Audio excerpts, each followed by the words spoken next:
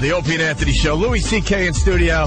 Playing Boston, I don't know, a couple weeks. March 14th. I'll be March 14th, yes. 4 p.m. theater.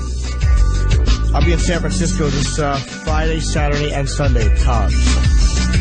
You live out there. Now, Louis, what's this viral video about? This is my last time on Conan. Well, how long ago was that? Literally, because the show's gone now. Until they come back. But it was October. And it was soon after the economy imploded. Right. What happened to the economy? Guys like you. But we're still fine. Yeah, below 7,000. Yeah. Wow. Yeah. Who thought we'd see that? People are very confident with the Obama come on. economic package. It's the AIG thing this time around. Oh, is it? Yes. The Dow Jones going down doesn't mean the economy's bad. No. It just means rich people are losing some of their money. That's all it means. It's not a sign. But anyway, so the economy was tanking, and I had been doing this material about it, and so I did Conan and did this set, and when I did it in October, really hit a chord, and it started to go viral. It got up to like 300,000 hits in like 3 days. Wow. And then NBC took it down off of YouTube. Why? Because they're very smart. They're very savvy. This is the thinking. There's a video out there that's being seen by people who don't even watch the Conan show. It's raising awareness of NBC and Conan for no money. It's not costing a dime. Free marketing. And it's going to people that want to see. It's not like forced marketing that doesn't work. Right. It's targeted marketing, and it's working. People are seeking it out. Got to take it down. Yes. Now. Get rid of it. Get rid of it because they're not controlling it. They got to understand what's going on out there. They're the dumbest people alive. It is amazing how stupid. Who gives that order? You know what? At Letterman, if he does an interview and something interesting happens before it's on the air, they put it on YouTube. They put a little ad on it. Yeah, but they also put it up at the best resolution. Like if I go look for a Letterman clip on YouTube, I go to the CBS one that they put up because they put up I'll watch the ad to see it in high resolution. They put out before the show is on. And then that night everybody watches because the YouTube video. But on Conan, this one little interview just starts exploding, and they took it down. And then it was gone for like the whole year for November, December, and January, and now. And then somebody stuck it up on, I think, Spike TV or something, and it started to gain interest again, and so somebody reposted it. I mean, I'm sure they'll take it. I'm sure they'll take it down now, yeah. But it's exploded. It's gotten this huge, crazy amount of hits. It's up to like close to 1 million, one of them. There's two up. One is like up to 250, and one's like it's like 750 now, I guess. Right, that's awesome. And it keeps coming from all these different angles and stuff. It hit a nerve with your stuff. Huh? Yeah, and it's interesting because it's these different groups of people, because some like real sort of anarchist hippie people go like, yeah, screw capitalism, which is the essence of what I was saying was that I'm glad capitalism is failing because it wasn't working anyway. But then this guy, oh God, I'm trying to remember his name now. Kevin Levine, is that Levin? He's an ABC Radio, really huge conservative talk show. Rush Limbaugh? Mark Levin. Mark Levin. He played it on his radio show and the whole thing, and then it came on and said, "This guy is right on the money. He is." Yes, the Obama administration and the liberals are saying things are bad and they're not, and he turned it into this whole... So I started getting all these emails from conservatives saying, yes, you're one of us, and like it's on Christian websites and all this stuff. Hysterical. And then I got invited to this huge conservative thing. Not this. It's a thing though that Rush goes to and everybody goes to. It's not that hearing doctor. It's this big. Is it a hearing doctor? Because Rush has all two empty dishes on his head. How about a questionable doctor if we're talking about Rush Limbaugh? Get a few pills. But they asked me to perform at this thing that they all go to and stuff. And you said no, obviously, right? Well, I was working. I would have done it in a second. Sure, that would have been a good experience. Just to go. Well, now we got to play the bit. Okay. We should play it. Oh, okay. Why don't we link it on onaradio.com so they can see the video of this? But this is getting a lot of talk, went viral for Louis C.K. Check it out. Those were simpler times, I think. I just feel like when you're home. Hey, there you have it, Louis C.K. That's brilliant stuff, Jesus, Louis. man. Thanks, man. Very nice. That thing is viral, like we were just talking about. It's popping up all over the place. That is so goddamn funny. I want to curse. Yeah. It is so goddamn funny. Thanks, man. Right on the money. God, how spoiled. Well, just entitled. We're spoiled, entitled little babies. The thing is that people expect things to, like, who owes you a perfect day as a consumer? Yeah. Like, who owes you that? Like, people think it's in the Constitution that they just have a clear signal without any interruptions. It's as good as it is, the cell service. You know what I mean? And the airplane stuff. They're throwing human bodies into the air like thousands every second. There's like thousands of airplanes in the air right now. And then they get, I mean, it's amazing what these people do. And Sully, by the way, this guy who like lands this plane on the Hudson and he's a hero, and then the passengers meet him and cry and show him their ugly babies and say, look, you know, this kid's not an orphan because of your heroism. I promise you, seconds, like 3 minutes before he did that, they were on the ground in LaGuardia, taxiing around, and he was making his announcements, and everybody in the back's going, oh, could he shut up? I'm on the phone. Drive the bus, you douche. Nobody cares what you say. And they don't even give him the credit, because I've had people say to me that he was that it was a miracle. That's what everybody says. Yeah. It was God's hand.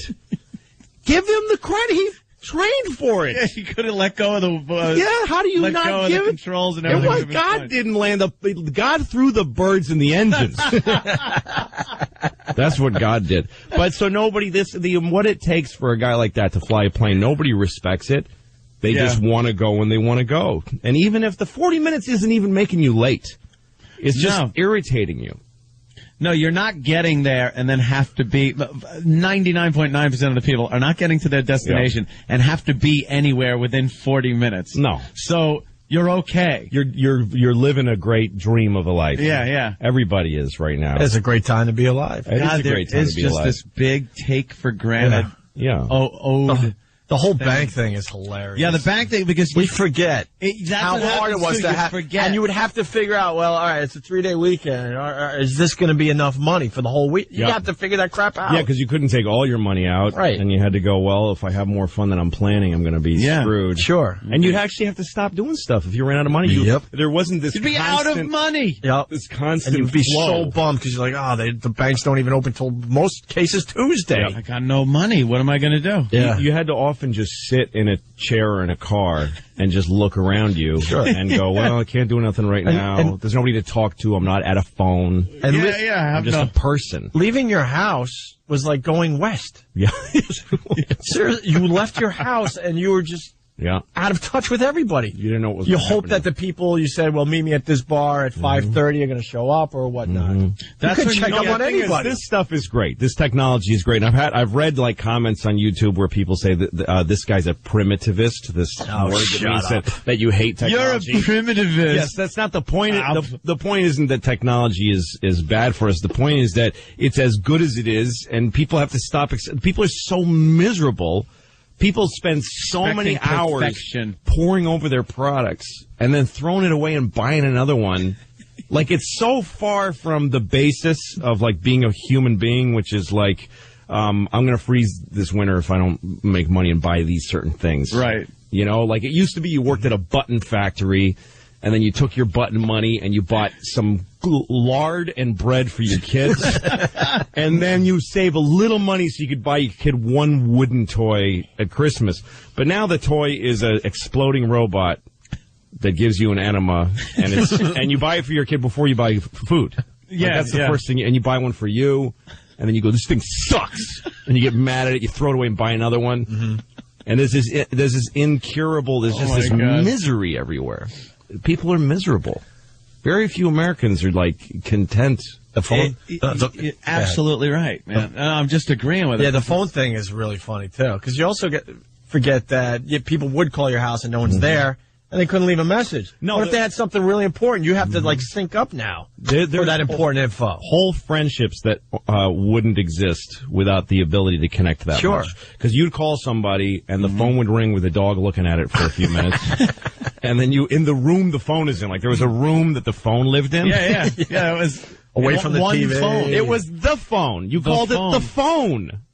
What was the last time you said who's on the phone? Somebody's on his phone and somebody's on my phone. And you would know, based on who you called, how many rings before you realized they weren't home. Yeah. Like some people, 2 rings. If that thing wasn't up, it's like, 3rd ring, I don't think he's home. But then like grandma, 10 rings. Yeah, you picture her the sliding door. Yeah. Oh, she's got to get, feebly walk somewhere. Yeah.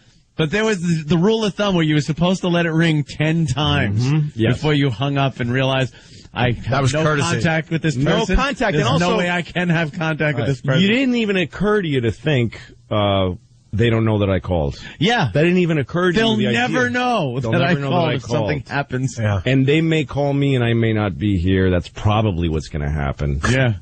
People would just, people, there weren't even answering machines. I remember a time when answering machines were fancy. That was a fancy thing to have an answering machine. Yeah. Before that, people would just go home. Only Mannix and Cannon had answering machines. Exactly. They were running business. Rockford. Rockford. Hello, this is Jim Rockford. The song would start. Yeah. But for most people, it was just somebody might contact you. If it's just weird to think of that now. Yeah. The one thing you said that was very funny was the sparks inside. Yeah, like there were. No, it was a copper coil. If you took apart a phone, coil. which I did often. It was a copper coil that you made sparks in. It went down a copper wire, literally a copper wire from your house to the other person you're talking to. Your phone, like cups with a string. You didn't buy a phone at the store. No, we rented our phone. phone. Into the wall. It was Bell Telephone, property of Bell Telephone. It was hardwired into your wall. Yeah. So when you moved in, that phone was sitting there. Yes, and when you didn't pay the bill, which my mom often would run out of money and not pay the bill, they would come and take the actual phone out. They'd take the phone. The phone would go into a truck full of ugly, dirty phones in a pile like Auschwitz, just all laying with their cords tangled together in a big pile. Dice did a bit about the old phones. The rings? The ring, and how heavy they were. Yeah, and how you could just beat somebody with them. Could. Now you can't beat someone with your cell phone. Just the receiver, you could beat somebody to death with the receiver. Just the receiver, it was a weapon. Yeah. Your phone was a weapon. It was made of this Bakelite plastic. Yeah, well, completely unbreakable. Yeah. You could not break your phone. No, not at all.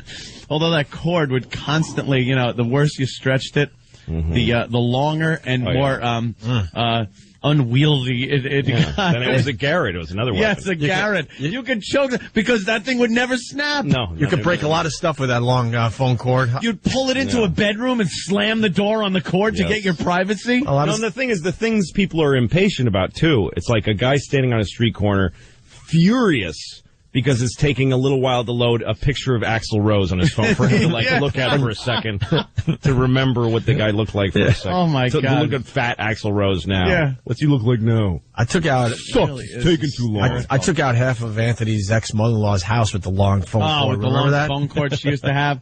I still do. I'm amazed by technology, and sometimes I do step back and look at it and go like, wow, that is effing amazing that we have this. Things like flight, though, you do still take for granted. Yeah. I know that, but like newer technology, the iPhone, for one thing, I know Jimmy doesn't like it. Hate it. But the principle behind it, the fact that you used to have to sit there and think about who that actor was in that movie. Yeah. And that would drive you crazy. You'd be, like two people, you'd be sitting there going, I know the name, I know.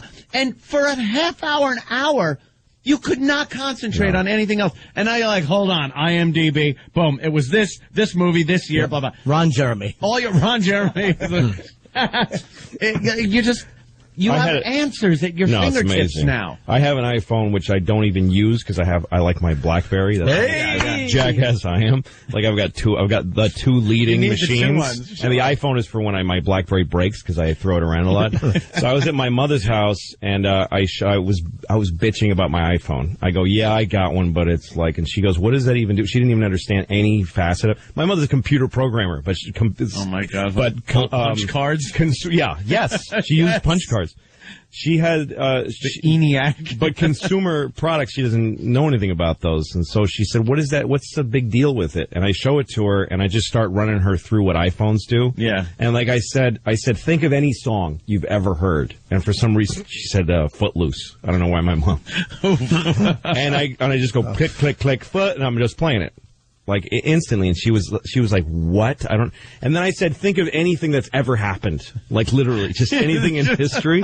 So she thought of the most. She said, "Well, I was thinking yesterday about when Martin Luther King was assassinated, and Robert Kennedy was making a speech in the moment that he was shot, and he got told during the speech. So he announced to a bunch of black people that he was speaking to. He announced to them that Martin Luther King was shot, and it was a really dramatic moment." And I just go. I go on YouTube on my iPhone, RFK, MLK shot, and in seconds we're listening to that speech. And my mother was it was one of those things where she was like, "Where am I? What is this?" Did she try to kill you? Happened to the Wizard! Wizard! Like Carrie's mother in the closet. Pray together, we'll pray. That is, I did pretty much the same thing at my mother and Sal's house with the iPhone. I was showing them things, you just pop on, because my mother's just a movie buff. Yeah. So I go to IMDb, and she's like, "I don't need that. I have my Leonard Maltin book." And she's got this book that she gets every year. Yes. It's Leonard Maltin's book. Yes. And it's just got everything you could get on IMDb in a second in this 8,000-page gigantic book. Yeah. I'm like, "Mom, but it doesn't have Dane Cook's works in progress. Yeah, exactly. Yeah, that's what I mean. In production. Like, and you could cross-reference actors in the same movie, so you could see if they were in the same movie together. Leonard Maltin book. All right, Mom, whatever. All right, let's take a break. So we're going to link that to onaradio.com. Okay. That viral video that's all over the place. Louis C.K. Orpheum Theater, Boston, March 14th. All right. We'll continue. Opie and Anthony. By the way, I'm Opie Radio on Twitter. I say that because during the break, Louis C.K. was talking about social networking, and you just joined Twitter, and what'd you say? Oh, it's like having another data entry job. Like all of a sudden I've got this thing I got to, It's what you do. I got to keep my Twitter going. In between radio jobs, I had data entry jobs, and you nailed it. Just clack, clack, clack, clack. I forgot, Add friends on Facebook. Fake friends. What's that? Fake friends. Fake friends. No, they're friends. Are they really? Those are my friends. Are they really? Yes. That's why I like Twitter. Actually, Facebook apparently is why this clip just blew up. Facebook is what. Hey, you just throw it around a little bit. I like Twitter because they're followers. You're following people, they follow you. It's not that fake friend crap. Yeah. I don't call it what it is. I'm following anybody. you. You're following me. You know what I just did with the Twitter? I just linked that video that we just played for everybody. Did you? Yeah, to all my followers. Oh, there you go. See, that's. I don't even know how. But you don't like the Facebook and all that. I do. No, it's okay, and it's a network, but it's work. It's like I'll sit down and start doing my Facebook and stuff. Upkeep. This is what upkeep. My daughter has a Webkin, which is a little stuffed animal. I know the Webkin thing. It's in front of you. It's a physical animal. Yeah. But then you go on and there's a cartoon of it on this website, and you feed it. Yeah. Food, you buy it gifts, you earn money to get it things, and life, and then she's 60 and it's over. Like, it's just so much time. I don't think people realize how much time you're spending. Yeah. And it's the same thing as Facebook. You sit there and you glaze-eyed go through your friends. You manage it, do all the management that's not even fun. Yeah. And then you find one or two friends from high school to say, "Oh yeah, you're fatter now. That's interesting." It's like, wow. And then you go, my life. It's been 4 or 5 hours. I just did that. So I don't let my daughter do this. I don't let her do it anymore. How old are your daughters? 7 and 3. Oh, okay. My sister's kids are a little older than yours. And she discovered they got Facebook pages, so she put a stop to that. Yeah, you can't. Like 10, I think 11 and 9 now, I believe. And well, my daughter asked because I just kept saying, "No, can I do Webkin?" "Nah, not right now, honey." I just would say, "Not right now." Nah, you're going to waste your life. And then one day she said, "Hey, how come never with the web? Like never? I can't do it." And she's on to you. She made a case for it. I said, "Okay, I'm not going to just because I don't believe in just telling your kid, because I said so. Do as I say." Yeah, like, what are you teaching the kid except for that you're a fat idiot they want to get away from? That's the only thing you're giving them. Why not look, the kid, like, I always give my kids, like, a day in court, because that's a skill they're going to learn. Yeah. They're going to need that, yeah. Is how to, look, I'm like, okay, if you have it, let me hear it out. And she goes, well, I like doing Webkins. You say no every time, and I don't understand why. You don't tell me why. And so I gave her the benefit of the doubt, and I explained to her, your life just goes into this hole of waste. When you sit I said, you have your whole life to do that. You're going to probably do a lot of that. That's so true. You're going to go on computers, and you're going to spend a lot of time looking. But when you're not looking into a computer, you're reading, you're coming up with games, you play with your sister, you do all this stuff. And I just think it's better for your brain. You're really smart, and that's just going to might make you boring. And so for now, I'm just saying, I said, but if you really feel strongly about it, we'll make some time for it and put like a clock on put a timer on it. And she never asked me again, which I hope is because she thought, she was flattered that I thought she was smart enough to take care of her brain. I doubt and it. that she understood the idea. It also might be just that I intimidated her. Yeah, just trying to find someone online who will kill you for money. Yeah, exactly. Hey, they're asking for your Twitter name now. Oh, it's CK. Somebody took Lewis CK, so it's CK Lewis. Isn't that great? You can't even have your own name on the social network. Yeah, exactly. Let's say hi to Roy in Pittsburgh. Roy. Yes. Hey, Roy. Morning, boys. Go ahead, Roy. Yes. Greetings are over with. You were talking about the answering machines. Uh-huh. Way back, like probably mid to late 60s, the telephone company, when it was just the telephone company, would not let you have an answering machine. If they found out that you had one, they would shut off your service. Answer machines illegal? Back, there's a time they were illegal? I don't remember that. For recording, maybe? It wasn't illegal, it's just that the company wouldn't tolerate it? Illegal, just like a violation of your term of service, you know what I mean? You are not to record, blah, blah, blah? I have no idea. Right. I don't remember that. I think it was kind of like the Big Brother, you can't record your conversations you have with somebody else. That's just right. All right. Roy, your phone's a little crappy, so, but thank you for that. Goddamn phone! It really is. The phone sucks, Roy. Hey, we got a hot breastfeeding story for everybody. What? Oh, yeah. Suck it. Suck that milk out of it. Are you a fan of the breastfeeding? Sure, it's better for the kids' When brain. you see a young mom out there For the kids. nourishing her young. Talking about the kids. It's rarely like a nice firm boob. No. It's usually like a flat, like a big a wineskin. Floppy thing, yeah. A wine satchel at a Grateful Dead show. Yeah. It depends how young the kid is. Yeah. Sometimes they're, Little. Yeah, but you have to I don't know. I don't see getting aroused. You have to use Photoshop in your head and edit out the baby all the way to the nipple. You have to sort of airbrush out the child. It really does just destroy any sexual. And also generally a woman breastfeeding doesn't look like a perky beer commercial model. She's a tired woman, frumpy mom. Just that's really frazzle haired, puke on the shoulder. Yeah, she's had it with life. She's baggy eyes and slept in days. Sit outside the shopping center. Yeah. No, and breastfeeding is it's exhausting. It takes a huge chunk out of a woman. Sure, it's murder. James from New Hampshire. This is not, capital letters, a sexy story. Well, let's find out. I think it's very sexy. Listen to this one. It was an unforgettable and shocking sight that prompted one driver. It was an unforgettable and shocking sight. Talking like this. Oh, every time we play a clip. Every time we play a clip, we gotta go through it. The fake voice douche. It was an unforgettable. Why don't you just use your real voice? It's not that hard. Just go on, use your real voice. Feel Talk like a human being. One show does that on the Ira Glass. You ever listen to him on NPR? Glass, no. He does this show called This American Life. Okay. And he just talks like this.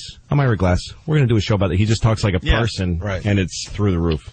No, but the ad's absolutely zero. You have to talk like this in order to get people's attention, or they'll think you're just a normal person and not the special news person that I am with this voice. And you have to shed your accent so you can work anywhere in the country. Anywhere. Yes, I can work in New York. Unforgettable. You don't want to sound regional. Unforgettable. It's weird that they take on a voice that they share. It's the same. Yeah, it's the same accent or dialect, whatever you call it. It's like rock and roll. It's like that kind of, I don't even know what modern music is, but it's that thing where the girls sing like this. You don't talk like that. Shut up. It was an unforgettable and shocking sight that prompted one driver. One second. Also, it's the peaking. It's like you can, with your finger up and down. It's an unforgettable, shocking sight. You can almost watch the VU meter. Yes, exactly. Like working as he's talking. Unforgettable, sing-songy voice thing I do. It was an unforgettable and shocking sight that prompted one driver in suburban Dayton, Ohio to... Ohio? Why are you hitting Ohio? One driver in Ohio. And he goes, Dayton, Ohio. Ohio. Oh, we're just picking this idiot apart, aren't we? It's accurate. Oh, he sucks. Die. Driver in suburban Dayton, Ohio, to phone police last week. I'm following behind a lady in a van who is driving while breastfeeding her newborn baby and talking on the cell phone. Are you goody two-shoes? Shut up. You're rat. It's a rat. Whole family's rats. You see what people are doing on the highways these days? Leave her alone. Is she swerving? Yeah, so what if an airbag is going to destroy the kid's head forever and her boob at the same time? That is true. And more importantly, her breast. Just blood and milk everywhere. Oh, God. Breastfeeding her newborn baby and talking on the cell phone. Nice. That's multitasking. Nice. Taking a working mom. You walk up to the scene of the crash. Apparently, she was drinking a Fribble. Strawberry Fribbles all over the windshield. Like, oh my God, it's not Fribble. Feeding her newborn baby and talking on the cell phone. Officers later caught up with 39-year-old Janine Compton at her home. She did admit to breastfeeding her child while driving. So she kind of indicated that it's more or less a routine thing that she does, and that when her child needs to eat, she's going to provide the need. Pull over, you retard. Yeah, you can wait, right? Please. Stupid. Everybody in the story is stupid. From the anchor to the interview to the woman to everyone on that highway. Even the kid. Just drop a bomb on that community. What about the eyewitness? You don't like the eyewitness? Screw him. He's a tattletale. Yeah, exactly. I'm going to call the local news. Look at that. Police informed her that all children inside a car must be restrained and charged her with child endangerment. The police report shows Compton claims she knew all about safety, but was more concerned about feeding her baby. I hate this guy. Faces up to 180 days in jail feeding her and an baby. $1,800 fine if she's convicted of the misdemeanor. It's kind of a cool story, and he made it boring as hell. It's weird because he started up here, but then he came in between. Oh, there you had to get serious. Lower. Fine. Baby. Fine. No one says fine. Yeah. Fine. There's no Y in that word, fine. It's not spelled Feiyyyn. Fine. What did broadcasting school teach people? To be zilches. Like this. That's not enunciating. Like this. You must add vowels. Y'alls to everything you say. You say fine. Fine. Where do they teach you that? Oh, God. Why do you do it? No one needs it. Every broadcasting school. It's terrible. Talk from the diaphragm. That'll get you a job. Gotta talk from way down here. Shut up. Well, that just took us out. He's sitting there with a Dunkin' Donuts coffee and a script, reading into a mic. Yeah. Is my hair unforgettable. Can you do that again? Hit Ohio. Ohio. That was real nice, Bob. Thank you. Yes, I know. Good one. Yeah, is that a take? How do I look? My hair okay? It's a voiceover, Bob. 5, 4, 3. Hi, I'm here in Ohio. It just is terrible. Yeah. It's a booby story, and we're talking about a guy talking. That's how distracting you are. I think the guy made us all tired. I'm exhausted. No, it's like in the nap now. In the BBC, if you ever listen to BBC Radio. Oh, yeah. They're their own version of that. Every story has AIDS and genocide. Genocide. AIDS. AIDS. Don't forget about sushi. There's a problem in Africa. It's the problem of AIDS. Like they got to go up or something at the end? Money is being sent from around the world. All right, George. And Ringo, what are you doing? It's horseradish. You're most likely to have come across it. That's the powerful paste wasabi. That's the The powerful paste wasabi. Yeah, listen. A little breath after each word. Speaking. Wasabi. It's horseradish. You're most likely to have come across it. That's the powerful paste wasabi that's eaten with sushi. Sushi. With sushi. The powerful paste wasabi. Eaten with sushi. Come across it. Wow, what happened? I just said across it. I'm exhausted. I'm hyperventilating. I'm British. Hey, stupid Brits. All right. What do we got? Louis C.K. March 14th, Orpheum Theater, Boston. Nice. Yeah, I like that Orpheum Theater. Yeah, it's a great. I'm going back to Cleveland too in April, and I think that's where I'm shooting. I'm shooting another special. Nice. Either in Milwaukee or Cleveland, wherever we sell the most tickets. Wait, basically. this guy's Tim in Philly. Tim, go ahead. What are you saying? Hey, hypocrites? Why? Hypocrites. How you doing today, hypocrites? All right, now tell us why. Whoa, easy. That's tough talk. Whoa, hey. But he was nice. He asked how we're doing. Fine, thank you. I'm doing okay too. I'm a little tired. How are you? What do you got, Tim? Fantastic. Hey, Fat Jimmy. Remember your stupid voice? Opie. Remember your stupid voice back in the radio days? This guy's really. I never had a stupid radio voice, to be honest with you. Are you a radio guy that is bitter or something? I was always perfect, by the way. I do. It doesn't matter what. Are you a radio guy that's bitter? I don't understand. It's part of the profession. It's part of the territory. You are a radio guy that's bitter. What radio job did he get picked off of? You know, I really don't care. At the end of the day, your voice on stage was awful. Opie, you're needing. It's your opinion, you douche. You stupid fat. I love this guy. I have no problem with Tim. He hasn't said one bad thing about me. Tim, it's either a bit. Hold on, wait. Caller. Hold on, caller to people who are doing it for a living. Yeah. Tim is just annoyed. I never had a radio voice, so where's your criticism? I'm a comic, so I never had a radio voice. And I openly admitted when I got into the business, I did go with the radio voice thing and realized how stupid it was, and was able to. I would like to go change my further. whole delivery and go, wow, I'm going to try something different, and it worked out for me. Who says you have to be like vetted to make fun of something? Who says that you have to have like any track record? What if you did? What if you did have a funny radio voice? And what if Jimmy never was funny once on stage in his entire career? Right. Why does that mean that we can't make fun of this guy? Who cares? Tim, what's your who says you have to be qualified to rag on somebody on the radio? What happened, Tim? Let's be truthful. Tim, why are you so upset about this? Are you in the business? You do voiceovers? What do you do? I'm not going to get involved in what I do in my personal life, in my professional life. I'm just going baby boy, come on, baby boy. It didn't work out the way you planned. Don't be shy. What happened?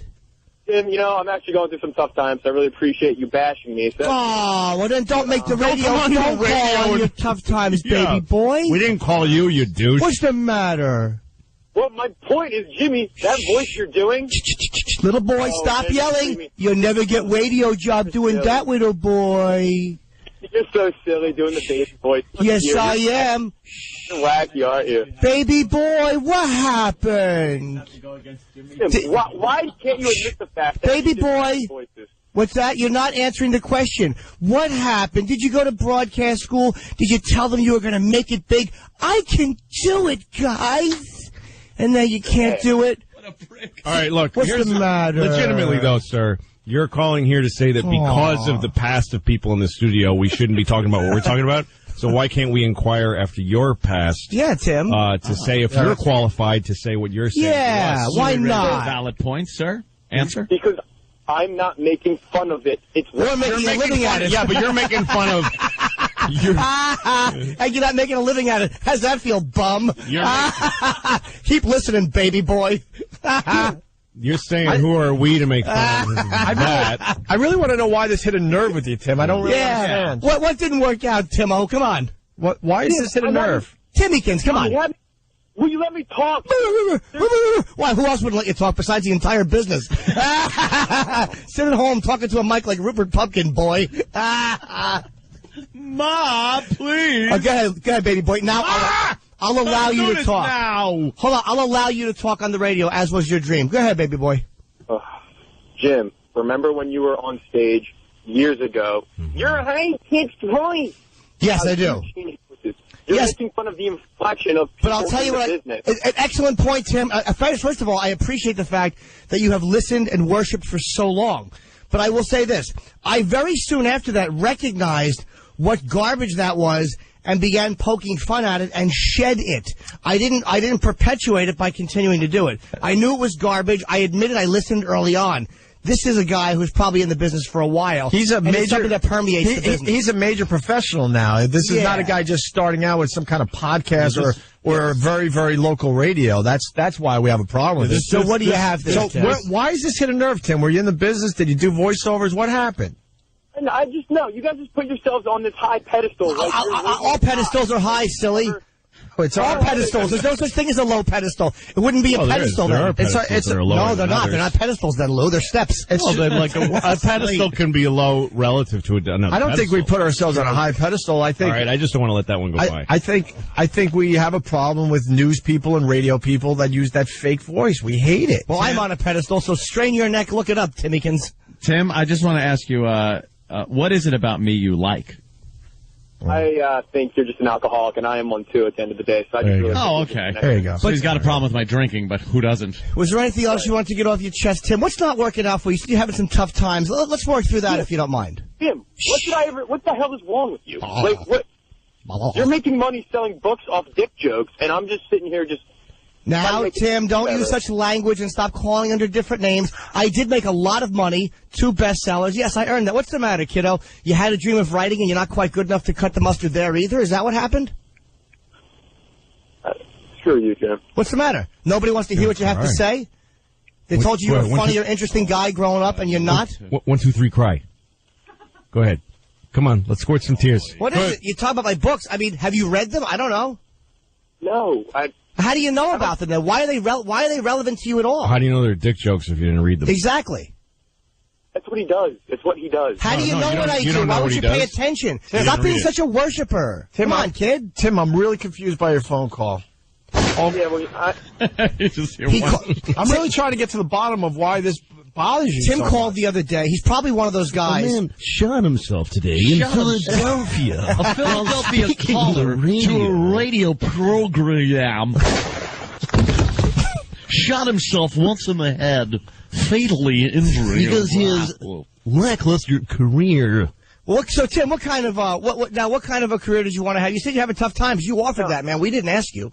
Right, no, I know. I just hate how you guys go about the whole radio. Yeah, I know you do, but let's get to the tough time. Why the tough time? Hold on. You hate that, Ask me questions. You don't let me talk. Talk. You're repeating yourself. That's probably why you didn't make it in entertainment, because you're a redundant, silly boob. Say something interesting and compelling. Here's your opportunity to talk. What is going wrong in your personal life? You mentioned it. Your turn. Go, Tim. No, you guys are throwing so many questions at me at once. That's one question, baby boy. What's going wrong in your personal life? Opie's been throwing the same question at me over and over. What's because you haven't answered it? Wait, because I really want to get to the bottom of it. We could beat you up all day, but all right, go ahead. Talk, please. You know what? Go, Tim. Your turn. Go. You guys have this radio show. You guys can reach out to millions of people, and you don't take advantage of it. Yes, we do. We have you calling us, Tim. That's what we wanted to do. Wait, I want to hear the guy. What do you mean by that? How do we not take advantage of it, sir? You guys do not have any kind of production value for your show on many levels. Yes, we do. Value. Well, now the guy. Now I got to agree with him. Well, the guy makes a good point there. Maybe we should have pushed on. Go ahead. You don't think what do we need as far as production value that would help the show? I really think you guys walk in the studio 10 minutes before you go on air. Anthony's brushing off some hangover. I don't care. Whatever. Opie's doing his own thing. Jimmy stumbling in from a stand-up show, and you've got morons behind the scenes over there. I really think that you guys could have a much better show. This guy's got it pegged. Why do you listen then, Tim? Like, what is it about the show that draws you? Yeah, why do you care? If you knew what you were irritated by Jimmy's stand-up voice when he started, and yet you keep following his career, you know about his books, you listen to this show, it's got low production value, they have no right to make fun of who. Why don't you just turn it off? Why are you making yourself so upset? Hey, where is Steve C? Is he on the phone somewhere? It's the idiots behind the scenes. Why are you such a fanboy, Tim? No, to be honest with you, I was at one point back in WNEW. Right. I have XM in my car. I drive an hour and a half to work every day. I pop you guys on for about 20, 30 minutes. It's the same regurgitating garbage. So turn on. It's a long time to listen. 20, 30 minutes is a long time to listen to something you don't like. 90 minutes to work. Get a better job, educate yourself, and live closer to where you work, kiddo. If you could realize this whole story I've been telling you, I'm going through not the best of times. Well, I asked you to elaborate on that, and you didn't elaborate on that, so I have no empathy. I'm not going to. Elaborate on it now. No, Jim. Exactly. No. I don't want to elaborate. I don't really care, to be honest with you. Stop listening. Put on the XM Comedy Channel, or put on another show. Stop torturing yourself, Timmy boy. I just think it could be so much better. Well, we think you could be a better caller or not a douche, but it's not working out for us either. Oh. God. You're not elaborating. You're a radio caller who offered nothing about yourself. What, do you want me to write a book about it? Something that you've done twice? Yes, and that you couldn't do. What a weird thing. Yes, like I have done that somebody twice. Who has written two best-selling books twice. What do you want me to do, succeed like you've done? No, Tim, just keep driving 3 hours round trip to work and spending an hour a day listening to us like a good boy. The same redundant crap we just regurgitate every day. Don't you realize we talk about our life's experience here? We don't throw a bunch of fancy production in. We talk about our lives. We talk about our political affiliations. We talk about anything that comes to mind because it's a talk show. It's not a phony show where people put on a voice and do things. Don't you find that slightly refreshing? To some extent, but the fact that you guys could do so much more with that idea, you guys. Can I ask you? Can I ask for one example? What is one thing that you wish you heard on this show that you don't get to hear? It seems like the show's mailed in on such a consistent basis. Forget what the show does that bothers you. You said something that was like positive and optimistic. That there are so many things that they could be doing. So just give me one example of something that you think they could be doing. Well, I just look at the fact that every time a caller calls in, especially That's another criticism, you stupid douche. Offer an idea. You're being given an opportunity. Offer one idea. Let's hear what he says about the caller thing, and then hit him on that. Yeah. Go ahead. Back in WNEW, when callers came in, you were receptive towards them. You enjoyed them. A female calls in, you call her out for having a dirty womb within 20 seconds. What? No, we've been that's nicer to the female callers. Wait, that's the constructive idea. We have a lot. That's what we can be doing better. We have a lot more females calling the show, and they do have dirty wombs. Yeah, of course they do.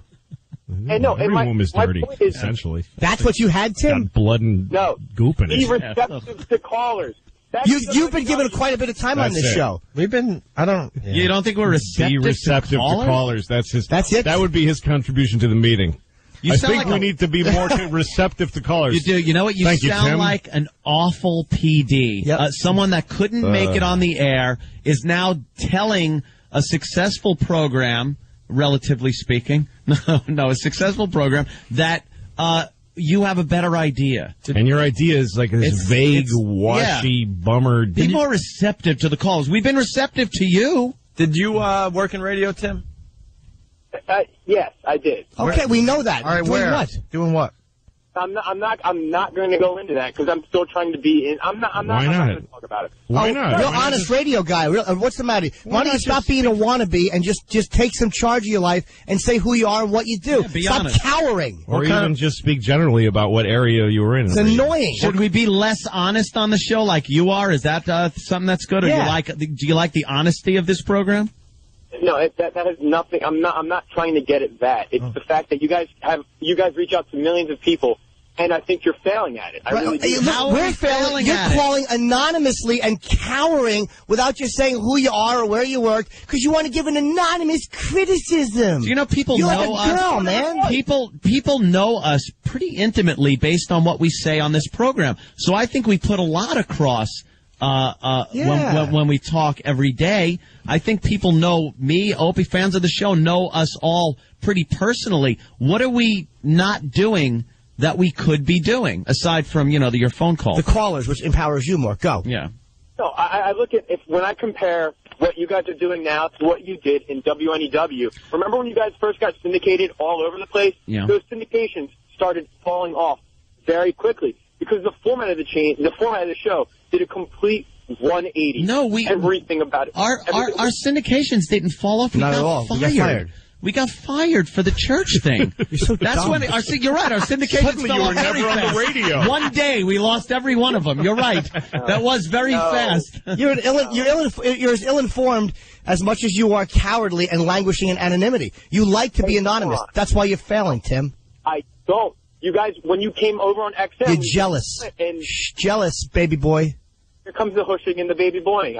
That's what you are, and that's what you're doing. You're a jealous little boy, and you don't even want to say who you are. You want to just call anonymously and then go back to your anonymous life until someday you make it in the business.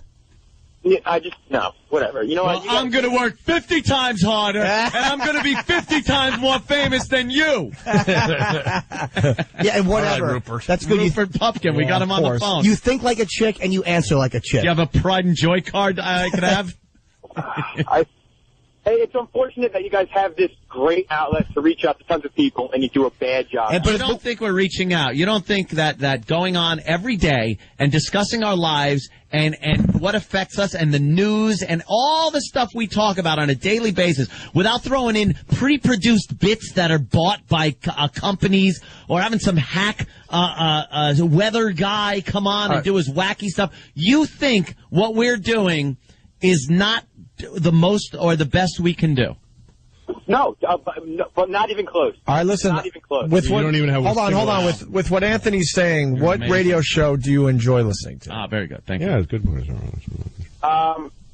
Besides you guys, are you talking terrestrial or are you talking... Whatever. What radio show do you like? We've got to answer carefully.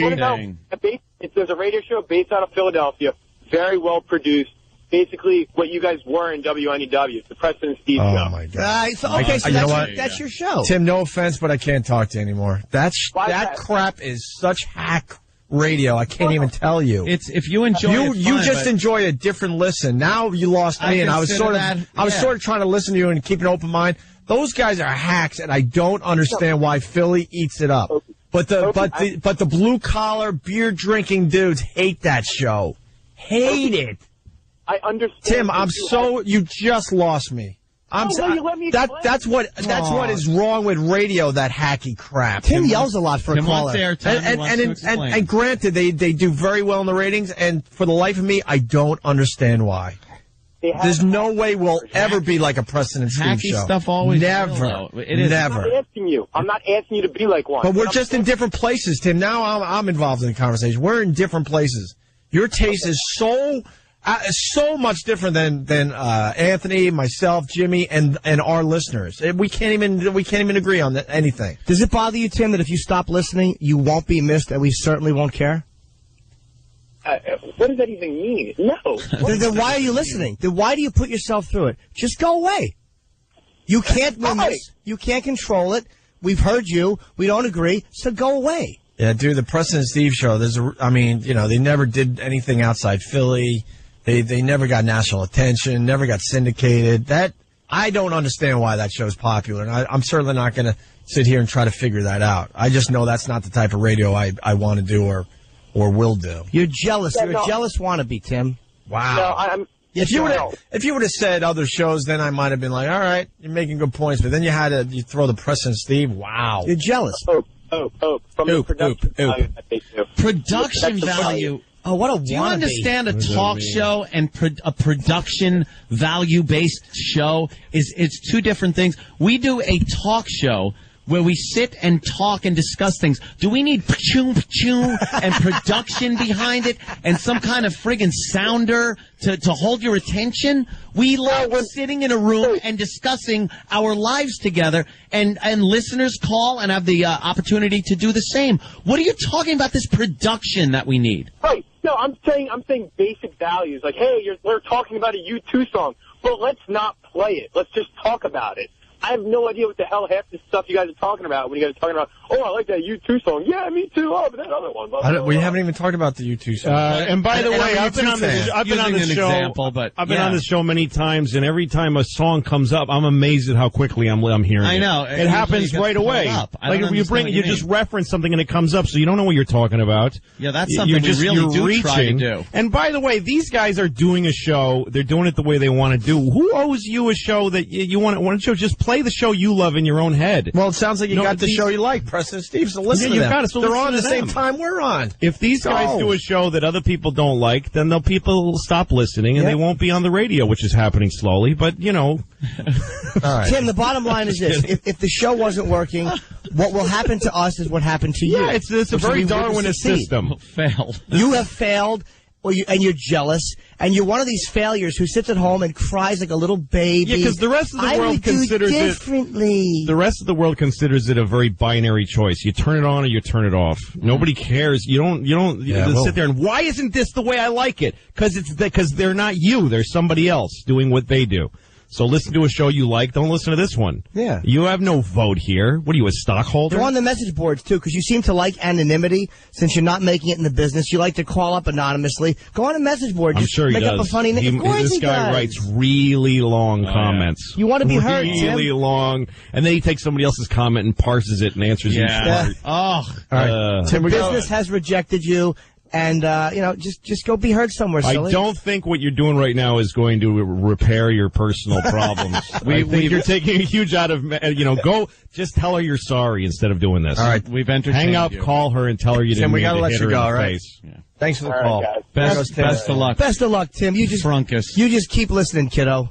You keep listening and being jealous in your car. I think Danny has got the weenie in the butt. It's perfect. We'll end with. I just saw this last night. I was laughing my ass off. Louis, great job today. Orpheum Theater, March 14th in Boston. Jimmy's going out to San Francisco for Friday, Saturday, Sunday at Cobb's Comedy Club. Oh, you have a gig? I just thought you were going out to make friends. I want to go out there in my chaps and tie my shoes and see how long it takes. Wait, quick, production! A man in chaps! Quick, get a sound clip! Oh, sorry. For Tim, because he's still listening, a lot of production value here. Check this out. We'll see you tomorrow. Hey, okay, we've got our first contestant. Let's hear Weenie's catchphrase. Dan no funny. I think we have a wiener. And that's Dickie the Punchline Donkey on 97.1. Dickie the Punchline Donkey on Cool 97.1. Weekend. On the radio. In the morning. FM. WQHG. Cool Weekend. In the morning. On 97.1. 97.1.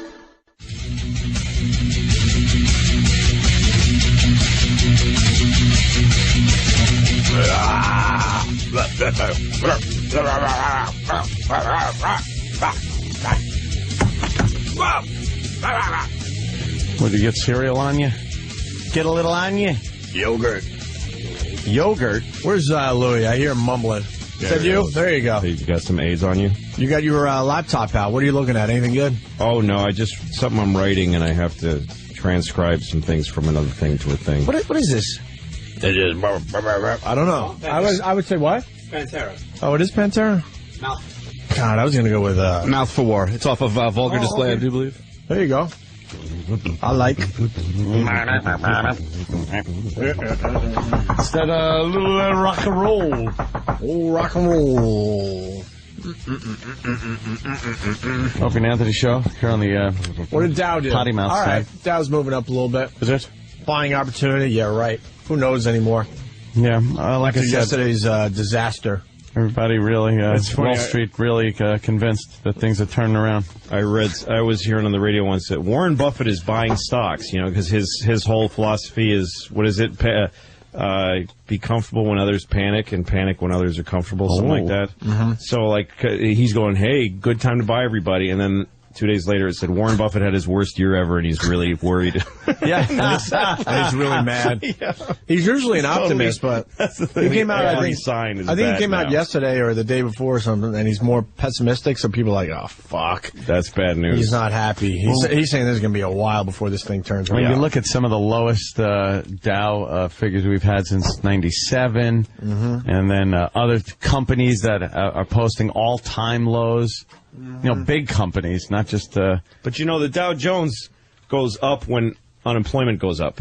Like, the country hurting are indicators to buy and stuff. Yeah. So it's like, it's not really an accurate measure of, like, how most people's lives are going. It's like, if the Dow goes down, that just means, who fucking can buy stock? I mean, out of, like, real people in the real world. Yeah. Who can really fucking invest in stock? I think what you're supposed to do, like what you're told you're supposed to do when you get a job is tuck some money away and save it. That's like phase one. You get a job. Well, that's the thing is that Americans are saving more money now. Like American savings accounts are higher than They're petrified to put it in anything else. But that's good. That's good. It's like things have been so fucked up for so long, just exploding credit. Yeah. People having shit they can't even come close to actually like affording to have. And not putting any money in the bank and just living for the retarded moment, check to check. Just fucking from your ATM card, you get the money out and stick it right in your asshole and just shoot jizz all over your fucking stomach, like just constant flow. Yeah. And now people are going, well, maybe I save, maybe I buy things I need, and that makes the Dow go down because people are just being stupid. So that's good. It was too high. The Dow was too fucking high. 12,000 was fucking crazy. High. Fucking high. I was talking to my financial guy, and he actually said, and I didn't want to hear this. He goes, "Well, you got that safe in your apartment. I would suggest you put money in it." I'm like, "Oh, that's good." That's what your buddy says at the bar, not your financial advisor. He's like, "I would suggest you put a few dollars in that safe." Yeah. How they get? I know you're hearing stuff you never heard before. That person, right. That talking head with the number scrolling under it that you always turn the sound off on. Yeah. Turn it up, and it's just a woman saying, "And then melt the gold and make a calf unto your god." And carry the calf around and kill a virgin. This is the new recommendation from, Merrill Lynch. Yeah, I've never... Turn up the volume and say, bury your money in the backyard. Yeah, exactly. You've never needed a smelter. Diamonds are an excellently portable way to escape the country. So true, man. Swallow the diamonds inside of a condom. It really has gotten to the point where, you just... Should you buy gold and just bury it like a pirate? But I'm afraid of doing that because gold is so psychological. The idea that it has. Guy. I have some gold coins. Money is more psychological. Those gold coins that I bought they were like $700 each, and it's up to $9.90 an ounce right now. There you go. But I would never put everything in gold because gold is this idea that it's worth something, and tomorrow everyone could say gold is nothing. But gold has more realism to it than cash does. Yes, it does. That's true. Like it's hard to believe and really grasp. But Louis makes a good point, though. If the whole world gets together and go, you know what, this ain't worth shit. The gold should not be worth shit, and that'll solve all our problems. But and let me tell you something. If that happens, Lou, we're in trouble because our money is all based on Fort Knox. Right. So if the whole world goes, we're in deep trouble. What's that? It used to be. It's not even like Goldfinger was made. It's not anymore. Yeah, they took us off the gold standard years ago. Yeah, long time ago. The gold in Fort Knox is just What if we find a gold in Fort Knox? Okay, 1960s, Jim. What if we find a big pit of diamonds, and then next thing you know, but don't you? There's too many diamonds. Don't you know about the diamonds? What? The beers, the diamond beers. Is it the diamonds or the beers? What are you talking about? The beers. De Beers, the diamond company. De Beers. I know. Go ahead. They actually don't have a office in America because they're illegal because they're such criminals. Right. Literally, human rights. They're not allowed here. It's just awful. It's not because of that. Their practices, like economically, there are way more diamonds than there are like fucking rocks in your backyard in your gravel driveway. For real? There are but the De Beers company hoards them. Like, they use these, like, fucking cartels and armies and stuff and warlords. Really? They hoard diamonds. They have a massive load of diamonds, and they control the price by meting it out how much they want to. And then every time a competitor starts making diamonds, they kill them? They flood the market with diamonds and lower the value of it. And then aren't they so beautiful and sparkly? Yeah, but they're common. They're fucking common. They are. They're not that. And if the De Beers company tomorrow could say diamonds are worth fucking Starburst fruit chews. Well, so don't buy those. Yeah. Where are they based out of? My mother's country. No, Jesus. I don't know. That must be a huge company. You just whatever it is, massive. With fucking it's crazy. Good ventilation. No, it's about 15 big vessels, big. So the main guy. No, every time you hit a gap in my knowledge, I just go to my mother's country. So the main guy the main guy for De Beers on his way out could just say, you know what, I'm going to fuck everybody. Yeah. Why? I'm leaving this planet. Who gives a shit? Diamonds aren't worth anything tomorrow. That's actually right. I just did some research that says that there's more of a man-made shortage about diamonds than there is a natural one. The distribution of the number of diamonds put on the market each year is very regulated, and there are enough diamonds to give each man, woman, and child in the U.S. a whole cupful. Yes, a whole cupful. A cup full of diamonds. Wow, in 2 the countries, 1 cup. Give those ribs, you. What the fuck? I didn't know that. I thought that was I saw it on 60 Minutes. It's kind of like OPEC. So, they take the oil and say, well, we're just not going to pump as much out. Except for oil is a resource that's used by the supply and demand, my billions friend. of gallons. Supply and demand. Diamonds. If you are... They're a girl's best friend, I hear. Oh. Yeah, because girls are cunts and they don't care who dies for their fucking sparkles. Yes. That's actually too long for the slogan, but I like it. I like that little slug line. That's nice. That's De Beers. Yeah, Tiffany should use that one. Tiffany's. All right. Wow, I learned something today. I had no idea. It's a horse shit thing. Education. Can you check where they're based out of, Danny? I would love to know, mention the guy who runs it. Who runs that company? I don't know. It's How a fucking family. powerful is that? Hitler. It's amazing. It's Ted De Beers. Ted De Beers. He puts out just 1 diamond, I think, though. Yeah, 1 diamond a year, and you got to fight over it. Diamonds for every man, woman, and child. A cup made of diamonds. Diamond hats. It's a funny visual. Diamond tires. That doesn't make me feel good. Headquarters are in South Africa. I knew that. I'm starting to think I should put my money in diamonds. You know. Yeah. No, you can't. There's nothing safe. There's nothing. Money isn't a thing. Right. Grow a garden. That's all you can really do. My financial advisor shouldn't so you can have food. Put it in your safe, though. Yeah, I was hoping that he could figure something a little better than that. No, I was watching one of those financial shows, and they're all talking this round table. Yeah. And they're going, well, this is, and they're just knocking down everything. Oh, how about GE? Not so good. And I can just keep knocking them all down. Could take a while. Finally, the guy goes to the big expert, what's the thing then? And the guy goes, stick some cash in your mattress. And everybody laughed, and then went, really? He was serious. He goes, no, stick cash in your mattress. Like, they weren't kidding. And they all looked kind of pale as they went to the credits. Like, oh my God, we actually just said that. That's real advice. And it was real advice.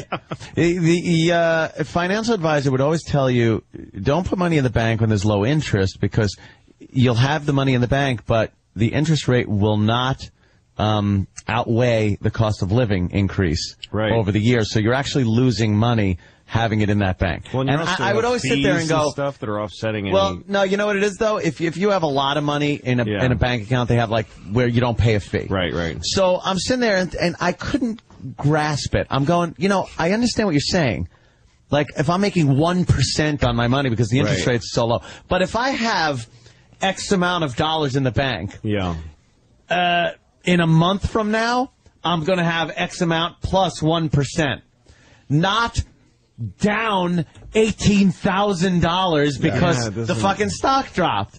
I don't care if it doesn't outweigh the cost of living. No, exactly. I'll deal with that. I just want to know that I'm going to have what I don't need that much. Just tell me I'm going to have what I started with. Here's what I don't get, though. Like, when like with inflation, like that idea that you take a truckload, like there was a time in our country where you needed a wheelbarrow of money to buy a loaf of bread. That whole yeah. But if those people, those dollar bills that they had in that wheelbarrow, if they held on to them, and then when things got good, isn't that now just worth wait a while. Now money? It's worth a that bunch. $1 million you spent on a loaf of bread. Just wait. Don't buy the bread with it. Steal the bread like a man. I remember our and then you'll have $1 million. Yes. I remember our financial advisor, because Ann and I have the same guy. He actually bragged to me. He goes, well, I'm losing less than the other guys, so that's why you should continue with me. Wow. And I'm like, that was his pitch, though, because it got so weird out there. It's like, no, you still want your money in these investments, and you want it with me because I'm certainly losing less than the other guys. I'm using mine to put equity in my home. I'm like, what? That doesn't make me feel good. No. I don't know. My accountant called me like after the biggest crash October, day, November, and he said, "You're the only person I got good news for because you don't have any fucking money in anything." He said, "You're the only client I have who lost nothing." He called today. you to make himself feel better. Exactly. Because I had no. He had such a rough day. He's like, "Who on this list is exactly?" I could call to. You really don't know what to do with your cash. No, I just put it in. Like I said, I put it in my home equity. I just paid mortgage. Fuck, what else can you do? It's like, I'm sick of paying the bank interest. See, and then I go, because that's the other thing people say. The one thing that's, that land is perfect because there's always more people, there's never more land. Yeah. But then I think, but then there's going to be the revolution, and the brown people are going to say, you don't steal my land. I don't care what your lease says. I don't care what your title says. That's why you need to buy guns. You need to buy a gun guns and land. One of the solutions to the woes out there, the economic woes, is a situation. Is what? A situation. Less people. Plague or something. Some kind of situation will make things a lot better. We're reaching some kind of limits here. There's just not. The thing is, it's another reason again why it's good that this shit's happening, because you can't keep getting more this idea of wealth that's not based on, hey, we just found more stuff in America and we're selling it to other places. Right. It's just we're selling each other experience and orgasms and just trading money to the point where there's just money that's not based in anything. It's not based on some gold. Yeah. It's not based on that we're carting more fucking oats to China. It's this, we're selling our debt to China. That's our big, that thing that people say now that's our biggest export. Is debt. Did you know that? Yeah. That outstrips by far any cars we make or any steel. Yeah, we sell in debt. It's the biggest thing that we sell is buy some of our debt, and now we owe you the money instead of to we owe you Bank money of America. plus. Yeah, so that's plus what interest. Why wouldn't that crumble? Why wouldn't that stop and go like, well, there's not more stuff? Because we have atom bombs.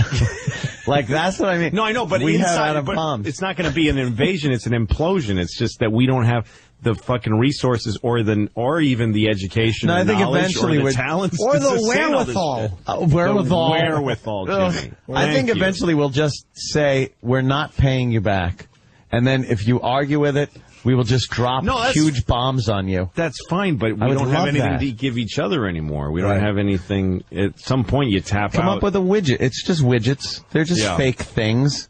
We're just trading widgets for paper. Yep. For imaginary things that are worth little things on an abacus. I remember I was in Arizona once and I stopped at a gas station that's also a Nathan's Hot Dogs and Subway. Wow, in Arizona. Subway, Dunkin' Donuts, Baskin Robbins, 7-Eleven store. And this pasty, skinny, malformed white American kid with like chunks out of his hair, like he just cut his own hair like he was brushing it in the morning, just to keep the length down. I just picture him looking in the mirror, half asleep, like literally just using scissors like they're a comb. Yeah. And then he's selling a fucking Subway sandwich to a dude that's him. Just there's no difference between the two guys. He made it for him. They're just both sleepy. Can you put onions on it? And he goes, yeah, these onions? Yeah, okay. And then I looked at them. I'm like, why don't you just eat it? Who cares which one he eats it? Who cares which one he eats it? Nothing really being exchanged there. Oh, that's right. We're just these people looking at each other glassy-eyed, making consumer choices to each other. Yeah. One guy's getting paid and one guy's eating the thing, but what's the fucking difference? What amazes me is what the world is drastically changing, and Bush. This was all happening. And how did Bush skate? I know. This was all ready to happen, and he was just skating to the end of his presidency. Yeah. Did they see it, though? Because the whole world economy, London got hit. No, they did. The signs, man. They did, because the seeds for this were planted a long time ago, and people just kept pushing off the idea of doing anything about it. He just didn't want it on his watch. He just wanted to get to the end of it. There's a great story on NPR that tells the entire story, like from fucking front to finish. It was this long thing they played. Right. Of course, it's NPR. not fascinating how far back it went. I'm not blaming Bush, by the way. This was obviously all just developing while he was in office. Well, Clinton didn't help either. Sure. Clinton was another just fucking Reagan, man. But I guess what I'm trying to say is it was coming to a breaking point, and he was like, not on my watch, man. No. Get Obama in there and let him deal with this shit. Where's my helicopter? I'm out. Yep. Is it a bad time? Investments now, it's like, what do you buy into? Like, I invested, there's a company, and what they do is they go to people's homes. Sorry, Jimmy. And they do oil paintings of you and your family, and the paintings are about $8,000. And this company's like $300 a share. And I think that in an economic crisis, people want oil paintings of themselves for their families. And they go, what a wise investment commission during artists these tough times to come and paint oil paintings of them. You know what? There is the story about this painter I saw on I think it was on 60 Minutes. This guy who's an American painter, and he paints just shitty landscapes like you see like in a hotel lobby. Yeah. But he became hot as a painter. Like, people just really dig him. This is, to me, like a great example of what is wrong with the whole fucking world, country, really. And he paints these shitty landscapes, and they're so hot that he just makes prints of them, like they're just reproductions. Yeah. But then he adds a couple of dabs of paint to the print to make it original, and then signs his name. And crazy Americans buy these for like $30,000, and then they trade them like they're a big it's like a hobby to buy his paintings. But people like mortgage their homes to buy his paintings. They get obsessed. So they showed him. He flies into Houston. In a private jet and goes to this big hall, and it looks like a EST meeting or something. It's thousands of people, like he's God, and he's got a headset, like Garth Brooks. Like he's kind of like a Garth Brooksy cowboyish kind of guy. I'm a painter, man. Watch this shit. And they have all his paintings up on stage, and he's signing them like super fast, and an assistant is just taking one away, and he signs it, takes another one away, and he signs it, and he says, "Every one I sign is worth another $10,000." And he signs, and people are standing and applauding. Oh my God! That he's just printing money. People are so excited that he's rich and that they're giving him money. He must be like, is he from another planet? Does he have hypnotic powers? He's just got that drive. He's got that thing that people like more than anything, that somebody's successful and rich. They're so excited that somebody's rich. I'd love to be like one of those people that can just go in front of a stadium and just talk about how great you are, and have people just be like, yes! Yes, and they throw they're so excited that somebody pulled it off. They're throwing money, and it's usually some religious thing. I gotta get a cult. It's a lot. There's a comedian in the world who succeeded that way. The number one thing people love about that comedian is how successful he is. Like, if you look at people writing about him, the first thing they say is, look how many of these he's sold, and look how great. And they don't. The germ of like what he actually does, that's arbitrary. He's a success story. Yeah. Look how many friends he has on this thing, and look how much. Look at Tony Robbins. For years, he was like fucking the lurch of of being amazing. Yeah. And he'd get out there and just tell people how to make it. Yep. And they were fucking like falling down crying watching this guy. How do you pull that off? And a small percentage of those people will ever make it, even though they buy right into his concept. No, it's Thomas amazing. Kincaid? None of them. What? Thomas Kincaid, the painter. I think that's his name. No, it's Ruben Kincaid. Ruben's his agent, is his brother. Oh, is it? Yes, Thomas is Once he got rid of that pain in the ass redheaded boy, yes, he was able to concentrate on his brother's career. Fucking pedophile. He's chasing after that little redheaded boy. How about this though? You guys are poking fun, but it's a time now where you can invest. And I'm not on the. I got on the ground floor. A few shares, yeah. But it's a company that makes it's a combination hat, AM FM radio. And I think that in times like this, people like to walk around. Does it say anything on the hat? Does it say anything on the hat? Like, don't AM bother me, I'm listening or something? AM on one side, FM on the other. That's it? And there's speakers on the inside of the hat, and they aim towards your ears. And you can play it very, very loud. And I just think people like that these days. It's amazing. I believe I saw that somewhere. There's a big, heavy metal dial on the front. That sounds good. Yeah. You have an obsession with hats, Jim. How do you not? They go on your head. How do you not? My dream, they keep you warm and dry. My zenith in life is to make a hat bowling ball combination that you can bowl your hat and then wear it home. You got Jimmy's Hat Museum. Jimmy just gives up comedy, moves out to New Mexico, and on one of these like highways that you have to drive through, he has just Jimmy's Hat Museum, and it's all his bowling ball and diamond hats and everything. My dream is to be rich enough to have make people wear porcelain hats on my ranch, and then every year we have the famous "How much diarrhea shit can you hold in your hat" contest. Diarrhea shit. Like everyone stands there with their porcelain hat. You have to say diarrhea shit. Yeah, because it's just say diarrhea. That way you can't move your fucking head, or it will spill and you'll lose points. And the winner gets a bag of oranges. Bag of oranges for the winner. Is diarrhea shit like the solid part of the diarrhea, like with the water sifted out? Yeah, taken out. Oh, there's could be possibly. Let's go to Matt. It out. Like diarrhea pulp. About that. Let's go to Matt in North Carolina. Matt. Oh, I have to change it. I stole that from the office. Yes, you did. I actually didn't mean to. I remember have to change that. Yeah. I have to change that. Matt, what do you got? Damn it. That show that Louie's talking about is on NPR. It's called The Giant Pool of Money. That's what it is. The hell is that Thank about? you. I know it's the show you're referencing. Amazing. Thank you, Matt. What it is that there's this thing called the giant pool of money. Right. It's all the money in the world that's in a bank, basically. That it's a lot of it is Chinese. Like a huge amount of it is Chinese. Yeah. And like that's the money that fuels investments and saving and credit. That's where credit comes from. And in China, they were making so much money with their booming economy that their part of the giant pool of money became really huge. And there's all these people that invest that giant pool of money to make it grow. Their obsession is to make it bigger and bigger. So there was too much Chinese money, and they ran out of investments. Like, America's a great place to come and invest in shit. They ran out of investments, and their favorite one was these mortgages. Where people, this is how all this shit started. Yeah. So they started going to mortgage companies and saying, we want in more. We want more, go give away more money for us to loan out. And the mortgage companies went, we just don't have any more qualified lenders. Fuck qualified! Yes, just go get us more money. So they lowered the standards a little bit, and then they go to Congress and juice up those people and get them to lower the standards legally, and then they stay way, way close to the limits. And then they find a way to take some, like, there's a few fucked up loans, but they bundle them with good loans. Yeah. And then they sell them. So you're selling a package that has an average default risk of whatever, 10 or whatever it is. But there's like a couple of ones in there. And then there's a bunch of 20s. But it's a 10, so it's okay. So you start averaging out and bundling. And this NPR show, Giant Pool of Money NPR, you could probably Google it and find it. They talk to people that, like this bartender in Portland.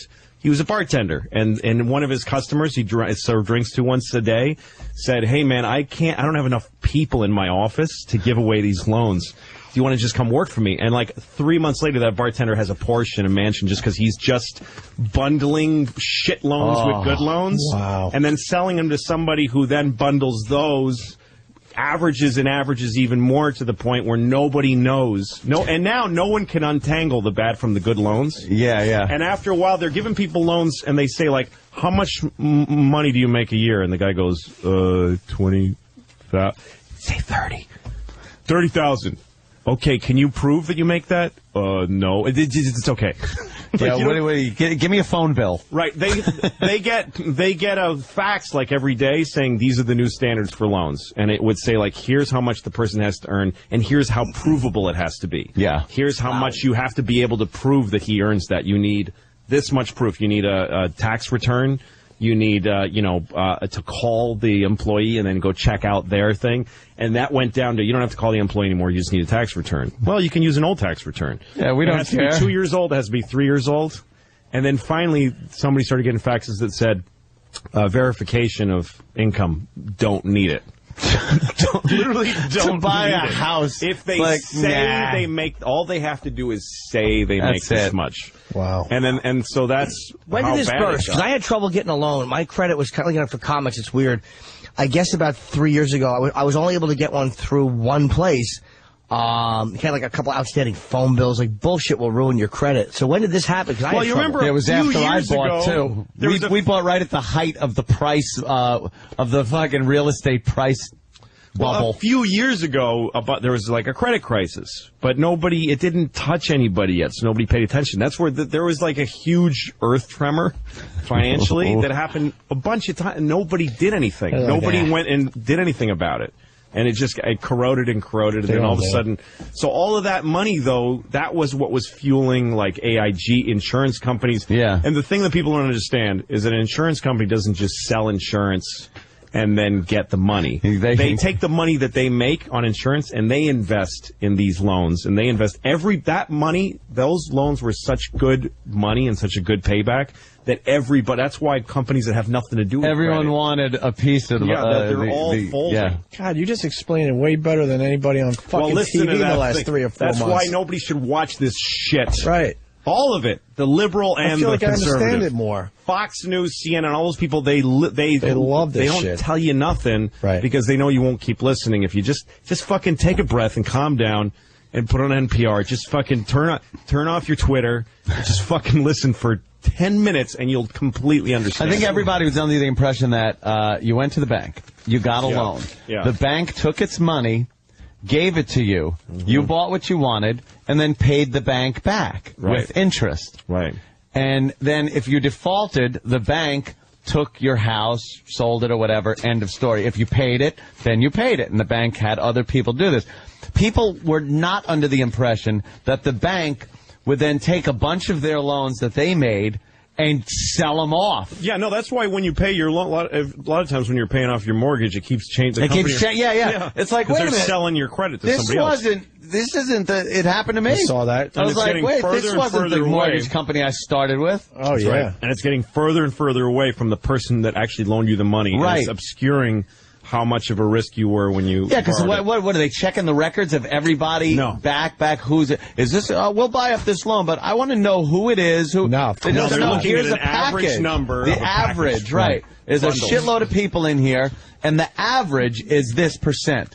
Okay, we don't care who's in there. No, and there are still banks in America that are small neighborhood banks that literally they balance how their community is doing and they actually know who they're loaning to. Yeah, but those are the ones that all of a sudden the door's shut and you can't get your money out. Those are like, wait a minute, look, so it's Bob's bank. It's in his cab and it's in his house. No, your money's not here. Like not actually here in a vault. Wait, how is let me ask you, how is this selling of loans legal? Like I mean bundling, what the fuck is it? It's legal because it's lucrative and people with money have the ear of the fucking politicians to make the laws. That's the whole thing. Mm-hmm. That's entirely why. It's so funny to me because fucking Bobby Jindal was that guy that talked after the president. You know what I'm talking about? His name Bobby Jindal. For the other side. Yeah, the Republican. Oh, right. The Republican response. Oh, go guy. These guys, they always say these two things. They say we've got to let people, we've got to deregulate everything and get off of America's backs. And then 2 seconds later they go, and we've got to punish those people that did all these terrible things. Yeah. That's why they did them, because there was no regulation, you fucking douche. You dummy. But because Americans can do anything, which based on that phrase, they fuck people. They take their shit away. Yeah. And let banks take their shit away. Poor Obama.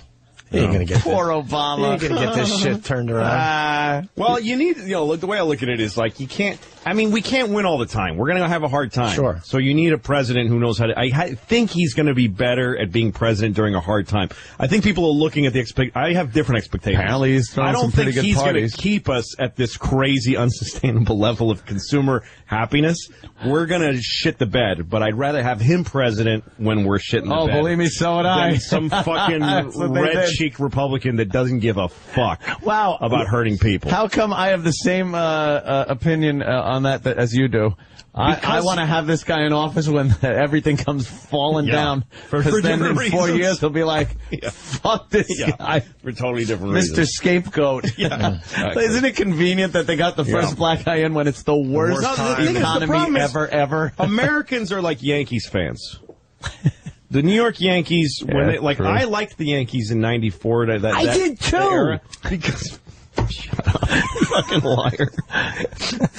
They built a team and then they won a bunch of World Series with these like storied guys. Yeah. But the way that you should let it go is then the guys get old and they retire and new young guys come up and the team is new and awkward. So you take a back seat. You become number 2 or 3 for a while and then you get to watch that team build organically and become winners again. Cool. That's what I love. But Yankee fans go, no, we're the champs. So they go and they spend all this fucking money. They let all their young talent go and spend money on these steroid pumped retards that cost billions of dollars, and they lose. Why are we losing? Because you have no fucking patience. Because you couldn't take 1 year off.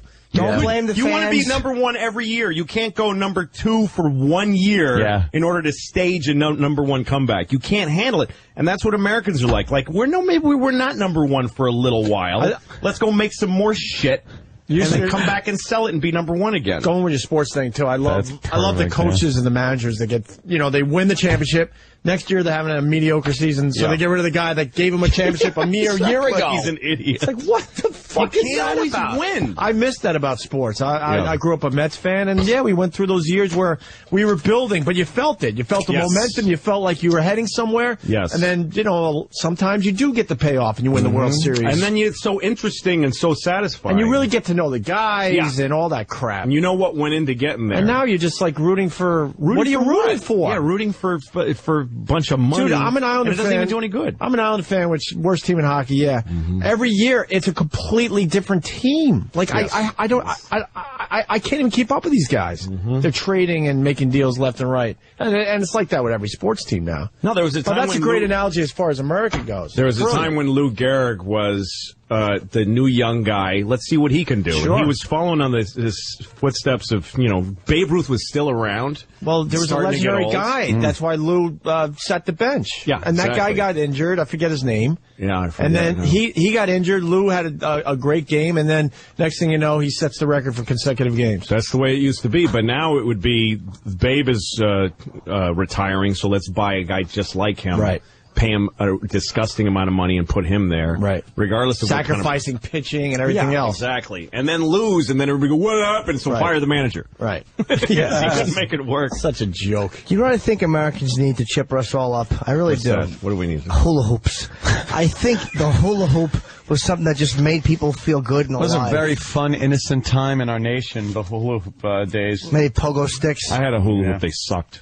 Did you really? Does anybody say that hula hoops suck? I can never work a hula hoop. They were fun for the first, 30 seconds, and then you're like, ugh. I could never make my hips move the right way. We used to throw them at each other. They're for girls. That's why girls got those hips. Oh, really? Yeah. We used to make them into weapons. That's all. Like, what else are you going to do with it? You put it around a kid's neck and you pull. Yeah. That's what I go to my daughter's school and I, chaperone lunch and recess sometimes. Yeah. And the kids, that's what they do with hula hoops. Is like a kid puts it around a kid's neck, literally, and runs in the other direction. That's wonderful. Fucking brutal. Fucking kids, man. And then you see the other kid, sitting on the floor, grabbing his neck, and he doesn't know, as a grown-up, well, I gotta go see a chiropractor. Lord of the Flies. Why don't we take a quick break, and we'll continue.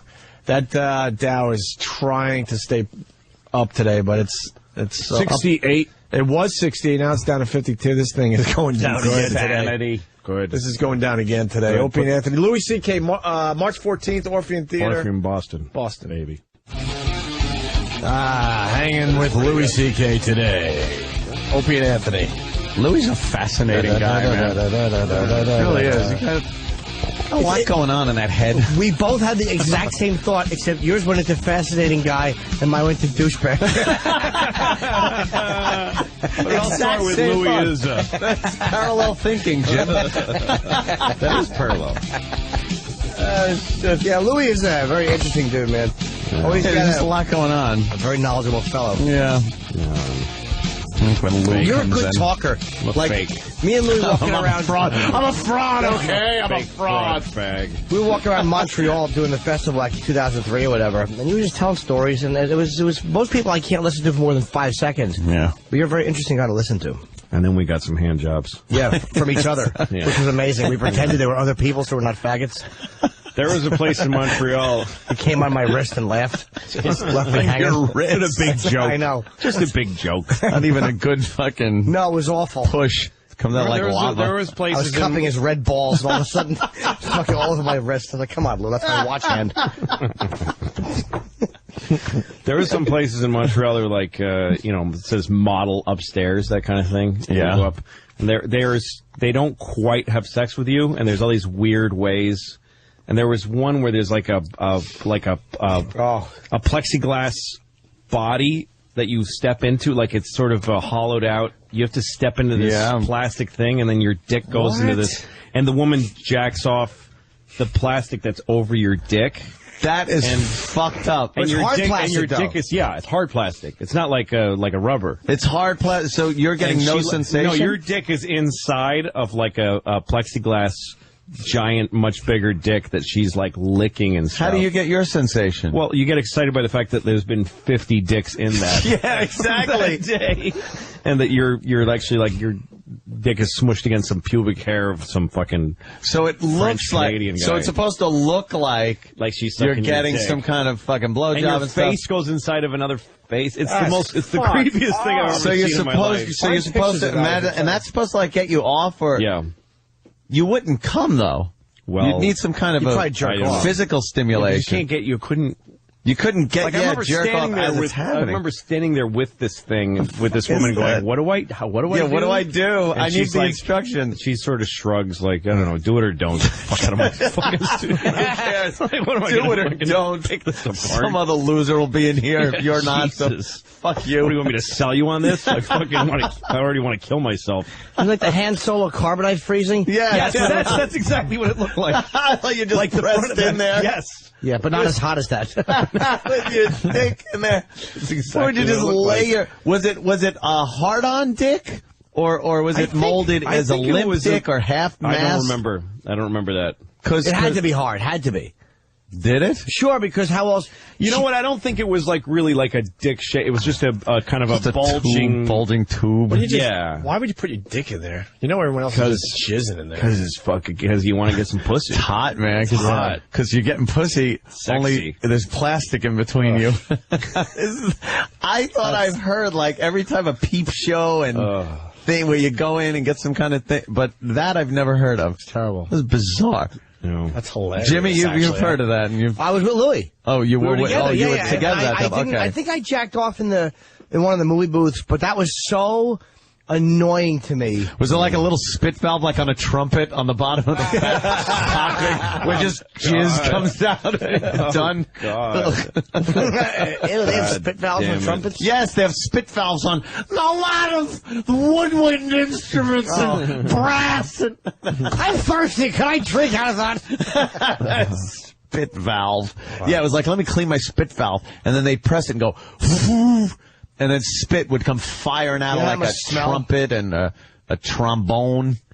Things like that. Your brass, I think, has a spit valve. The boat that they found. Yes. You know, I love the description of Survivor found 2 NFL players, 1 other man. Yeah. Still missing. Instead of 3 men missing. When he does I'm that. other man. It's 3 human beings, you Yeah, asshole. as long as you're saying what 2 of them do for a living. Right.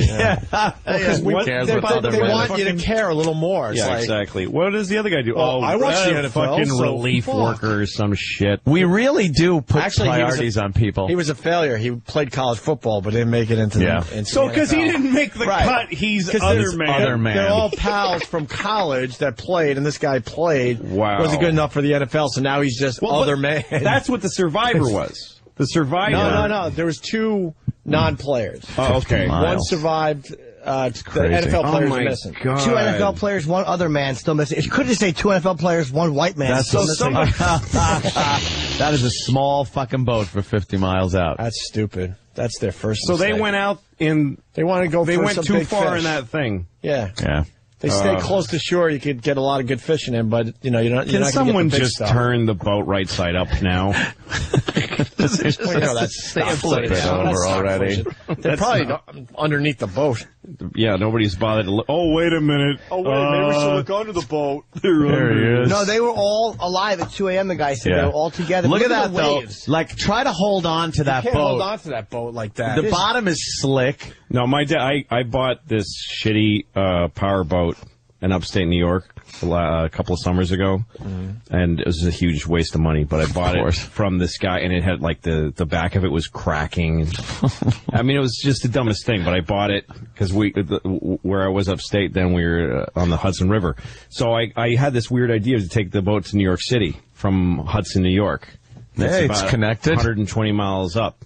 And I called my dad, who we don't really speak much, my dad, and I called him out of nowhere and said, you want to take this trip with me?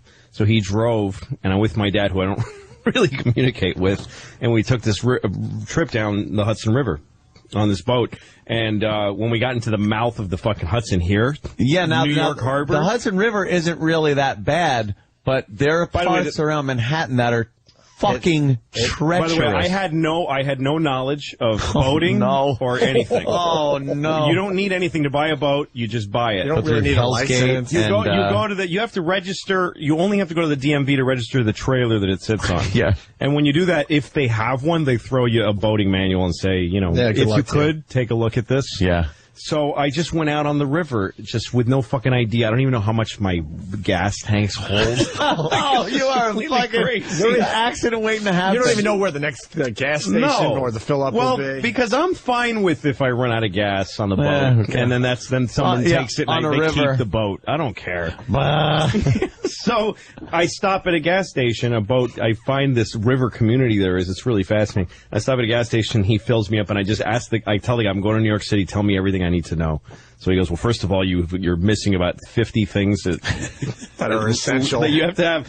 You're in illegal territory, and he gives me life vests.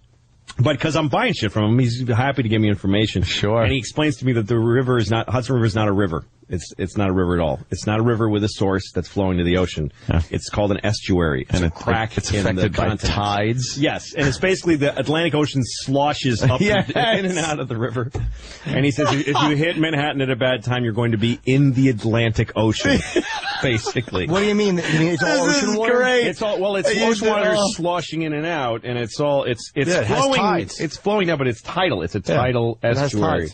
And so there was, because when I was it was like glass. It was beautiful where I was. Of course. And he goes, it's not going to stay like that.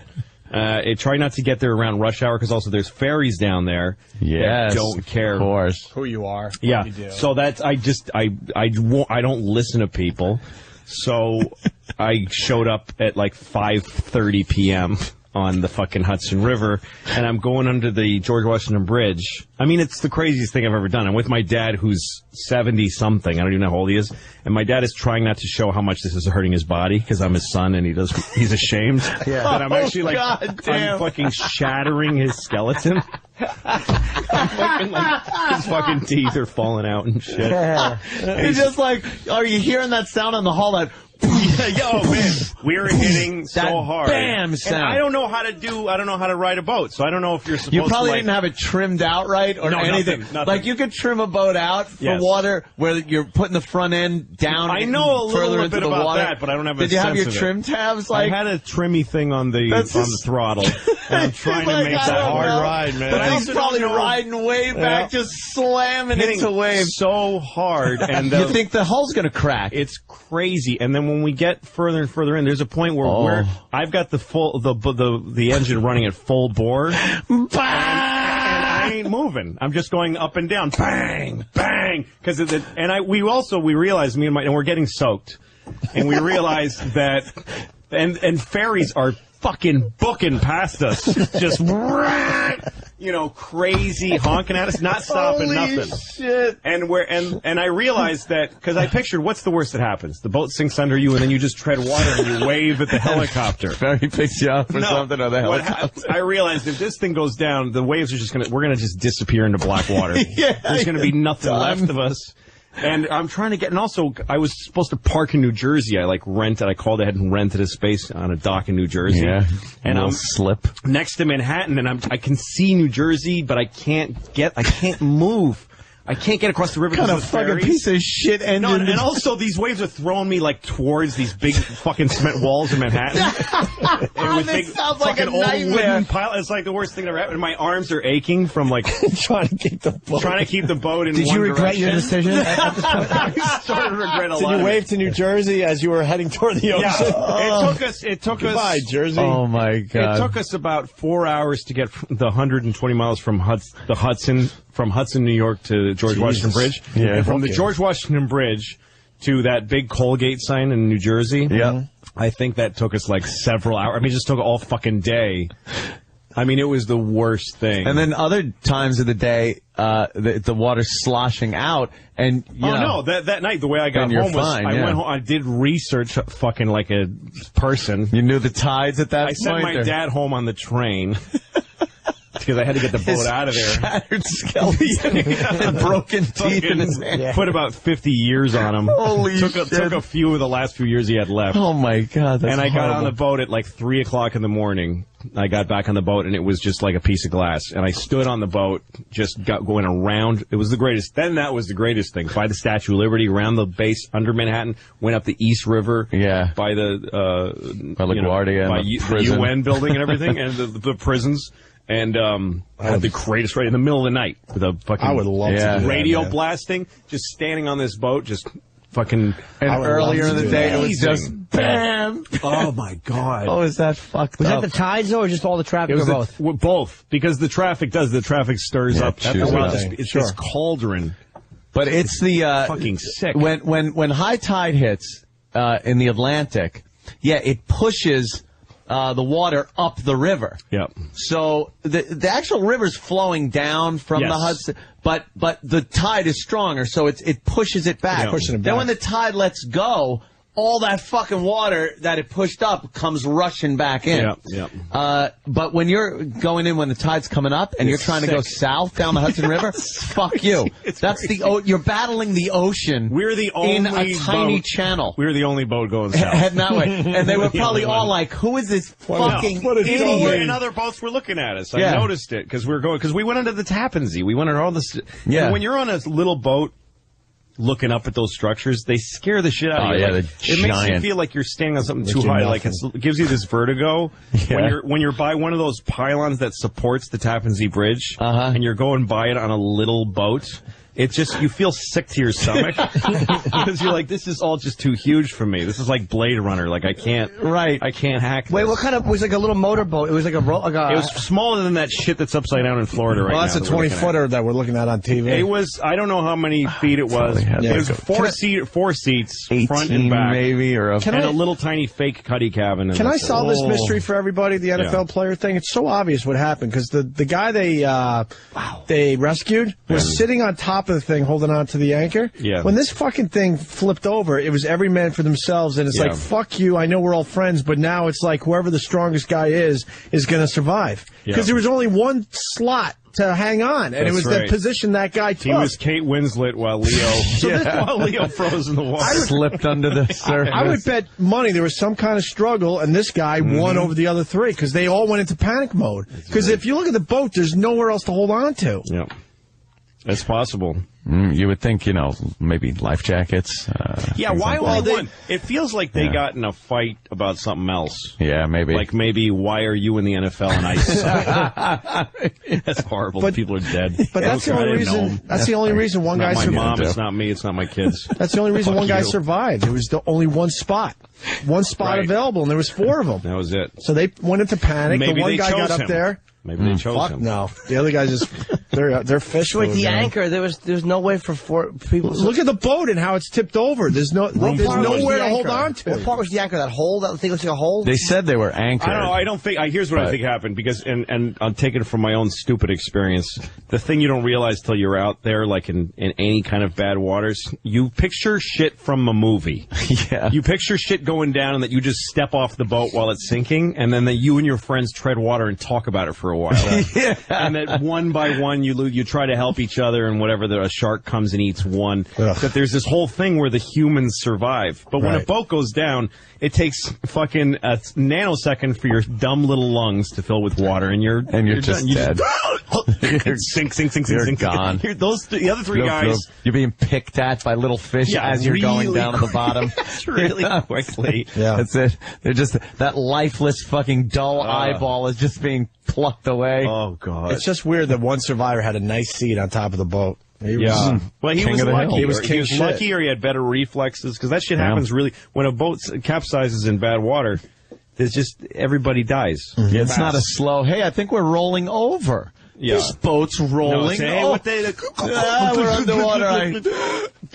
Oh, that's not oxygen. Whoops. Dead. I'm dead now. But your boat story rules. I always wanted to go up and down that Hudson River, too. Now I learned a lot today from you. Oh, it was well worth it. I have to study some shit before I do it. Well, because when I went up to Hudson to get this house that now belongs to my ex-wife. We went we found this town called Hudson in New York. That's this really... It looks like Nantucket. It's a very colonial-looking kind of... It looks like a New England town. And I read about it, and I found out that what Hudson, New York is, it's 120 miles up the river. And what it is they were people from Nantucket who were whalers. And back in the 1800s, the British kept just burning their ships and burning their town. The British would just sit outside of Nantucket and just lob. Those British. There was no war going on. They were just being assholes. Seriously. During the 1800s, that's the War of 1812 was just the British just being dicks. Yeah. And us going, you really got to cut the shit. And them going, hey, fuck off. And just, they would just launch cannonballs and set Nantucket on fire for fun. So a bunch of people near Nantucket said, let's just get out of here. And they all left together, all these whalers. And they found Hudson, New York, which was a nice place to build a town up the Hudson River. And so what they would do is they take their whaling ships. This is the fucking 1800s. People, like, with wood and iron. Yeah. They took their ships and they go out into the fucking North Atlantic and they'd kill a whale. And they'd drag it with these boats up the Hudson River, all those fucking miles. And they'd cut it up and then send it down the river in pieces. You know, that isn't right, man.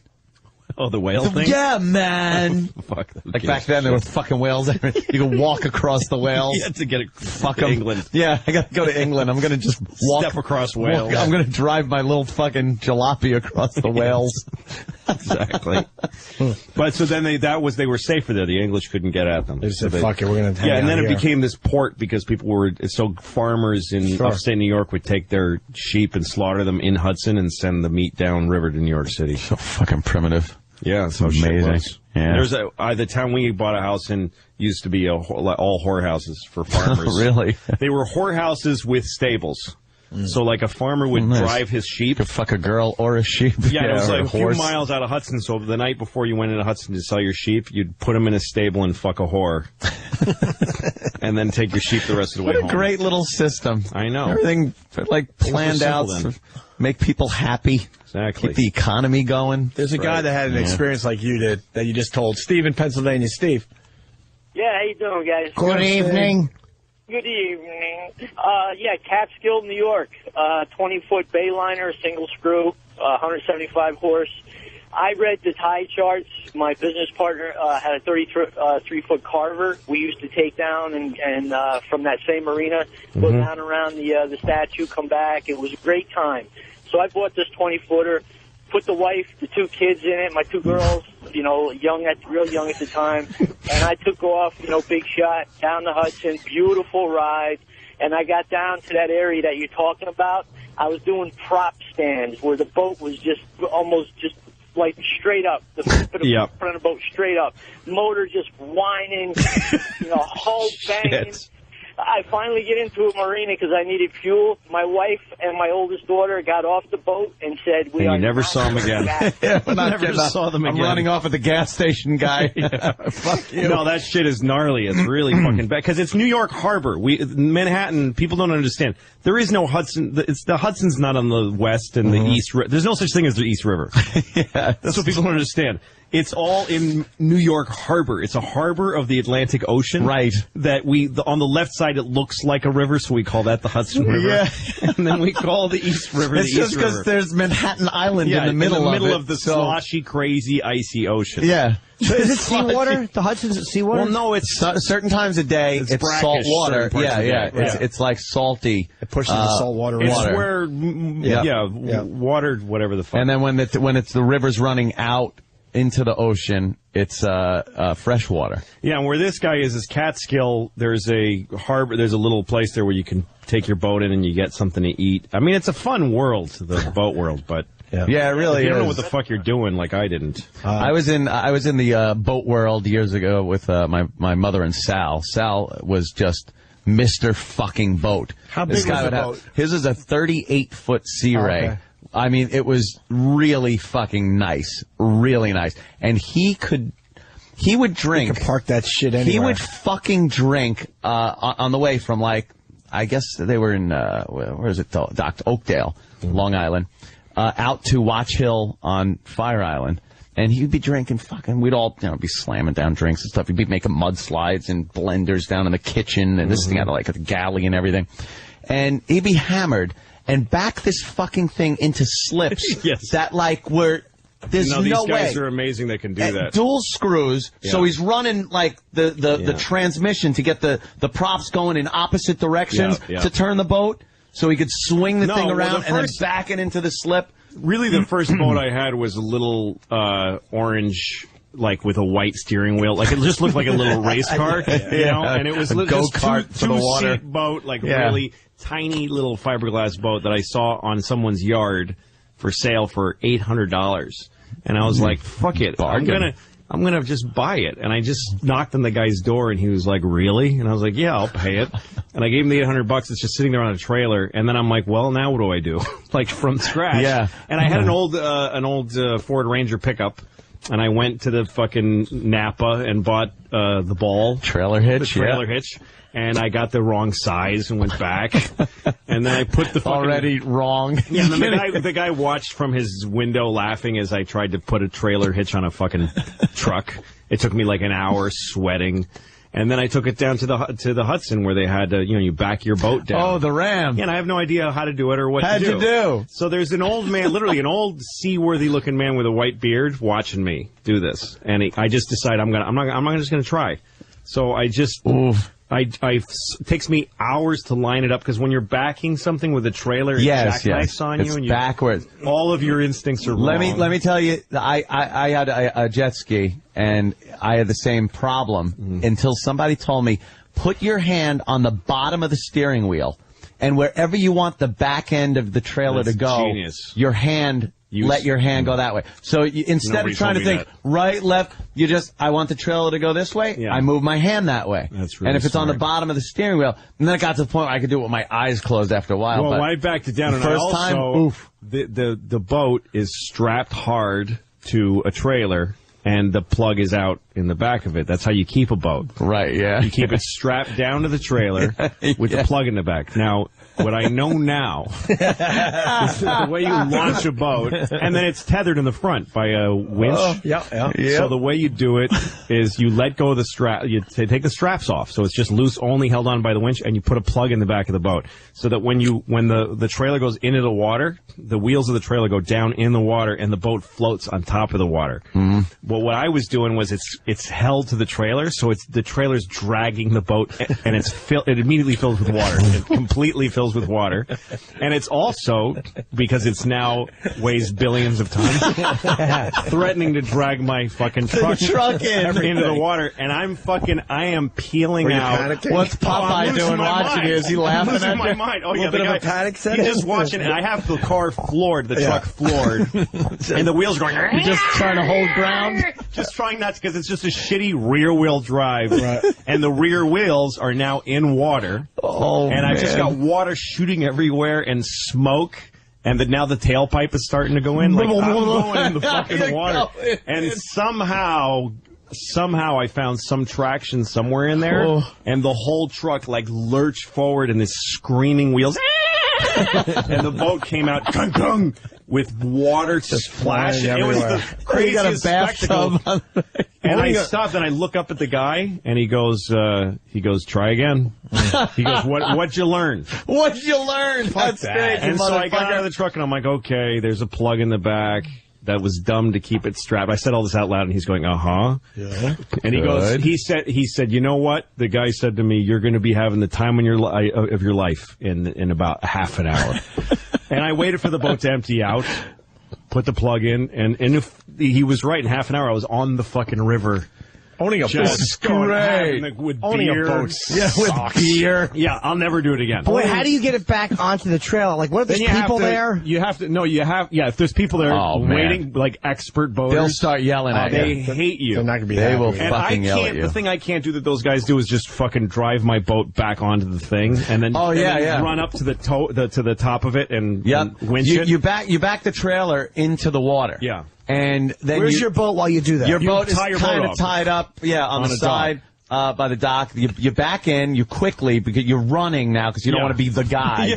You get in your boat, you fucking give it a little juice, and up onto the trailer that's kind of halfway submerged. Yeah. I don't have the skills, so I would use the ropes of the boat. You got to cut back. Pull it onto the trailer. Sometimes, like, we're using block and tackle. Yes, exactly. And I'm and my feet are now in water, getting cut on the bottom of the fucking river. Yeah, really smooth by the ramps. Yeah, where people throw their beer cans and bottles. And I've gotten, my fingers are bleeding, and I'm grunting, and there's a guy standing on his boat with his hands on his hips. Like, fucking hating me. All right, come on.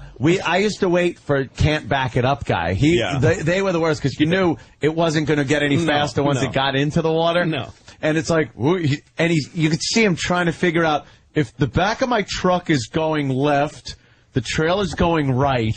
All right, I gotta do this, and then it's going off the side of the ramp, so he's got to go forward again, and you're just going, come on, come on. You're just looking at your watch. Time is wasting. The sun's going down. You fucking want to get out there. God damn it. And once that guy told me with the hand on the bottom of the wheel, and then I would hang out the window of my truck and just look backwards, not even use the mirror, because you couldn't really see. No, the mirror doesn't help.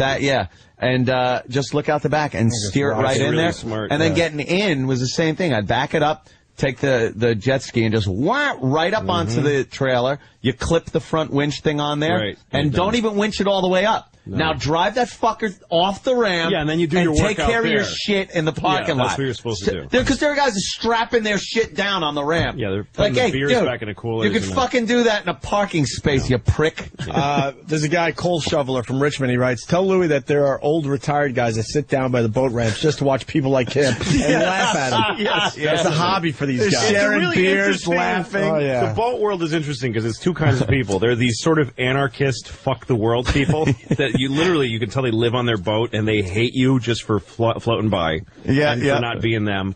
And they don't pay taxes. They live on you know what I mean? They're just off the grid boat people. Yeah. And then there's these people that are holding on to this idea that they're Mr. and Mrs. Howell, these fucking people. Because in Hudson, this town I'm describing is a dump. It's all unemployed. There's no business up there. They have a boat club right on the river, and they're taking up the whole fucking river with their docks. Why don't you come down to the boat club when you're done? I thought maybe I'll rent a dock from them so I don't have to launch every time. So they have all these empty space. There's just no boats there. So I go in this shitty looking boat club. It's just a fucking dump. It's like a small airport, you know? Yeah. Like Syracuse Airport or something. And I go in there, and there's these people in white sweaters and white shorts. And I go, do you rent the docks? You have to become a member, and you have have to. You can't become a member if you don't. If you don't. There's a production for you. You need a reference to become a member. Tell us a little about yourself. And I'm like, I make more than all you motherfuckers. Yeah. Well. You. This guy owns a fucking local car dealership, maybe. Yeah. And this cunt owns a Cumberland Farms. That's where they go to feel important and rich. Yeah, exactly. I'm like, I'm famous, you motherfuckers. My word, show people, not in our club. My goodness. How much is it to rent a little space to park your boat? A slip. It's by the foot. And up there, they wouldn't let me. They just wouldn't let me because I'm not a member of their community. We know you're part Mexican. Exactly. I don't remember what it costs. I don't remember. In New Jersey, it's vastly cheaper than New York City. You're like every hour you're sweating the hours. It's by the hour and it's by the foot and it's tons. Oh, in New York, you can't just rent and keep your boat there all the time. Well, if you're rich, yeah. And there's like some like the 79th Street boat basin. Yeah, there's a few marinas down around Manhattan. Like that's a public something, but that's about waiting lists and stuff. Like How much do you think they are? I mean, is it like $50 a day? I mean, I have no. I don't even remember. I never rented in New York. It's probably so much more expensive than having a monthly parking thing in a garage. That's for sure. Yeah. A lot of people pull them out during the winter and dry dock. Yeah. It's the cheaper What's dry dock mean? You go, you play in the water. Yeah, it's not in the water. I mean, but like, where do you dry dock it? It's usually a boatyard. Yeah, a boatyard or an indoor warehouse. But then they actually take them on these big lifts and stack them on shelves in these warehouses or outside. They wrap them in plastic. Right. And shrink wrap, and then that's what those they things stack them. Yeah, I always thought they were new boats for sale. I've seen those before. It's a new boat for sale. I'll have that one. They stack them up, and it's cheaper, and it doesn't get as damaged. You don't have to worry about hurricanes and dry docking. It's a lot. Could be a lot worse. Yes, dry docking. There's another one. Yeah, another definition. Two unclipped men in heat. One with prostate problems. Dry dock. All right, so they'll wrap your boat in plastic. Do they come and get it off the marina for you, or you got to bring it to them? I think they come and get it. I think you need a truck to you ever see those giant trucks with giant ships on the expressway? Yes. And you're driving just going, what the fuck what is that? That has no business being on the road. How big is like a good size yacht? Like a good size fucking rich guy yacht? Well, geez, they get so huge. You start getting over 50 feet, and you're talking like, you better know how to fucking drive this thing and with everything. No. You got to know how to back it in. By the way, you know how I got back to New York, back to Hudson, because it was pitch black in some of that. I took the GPS out of my car.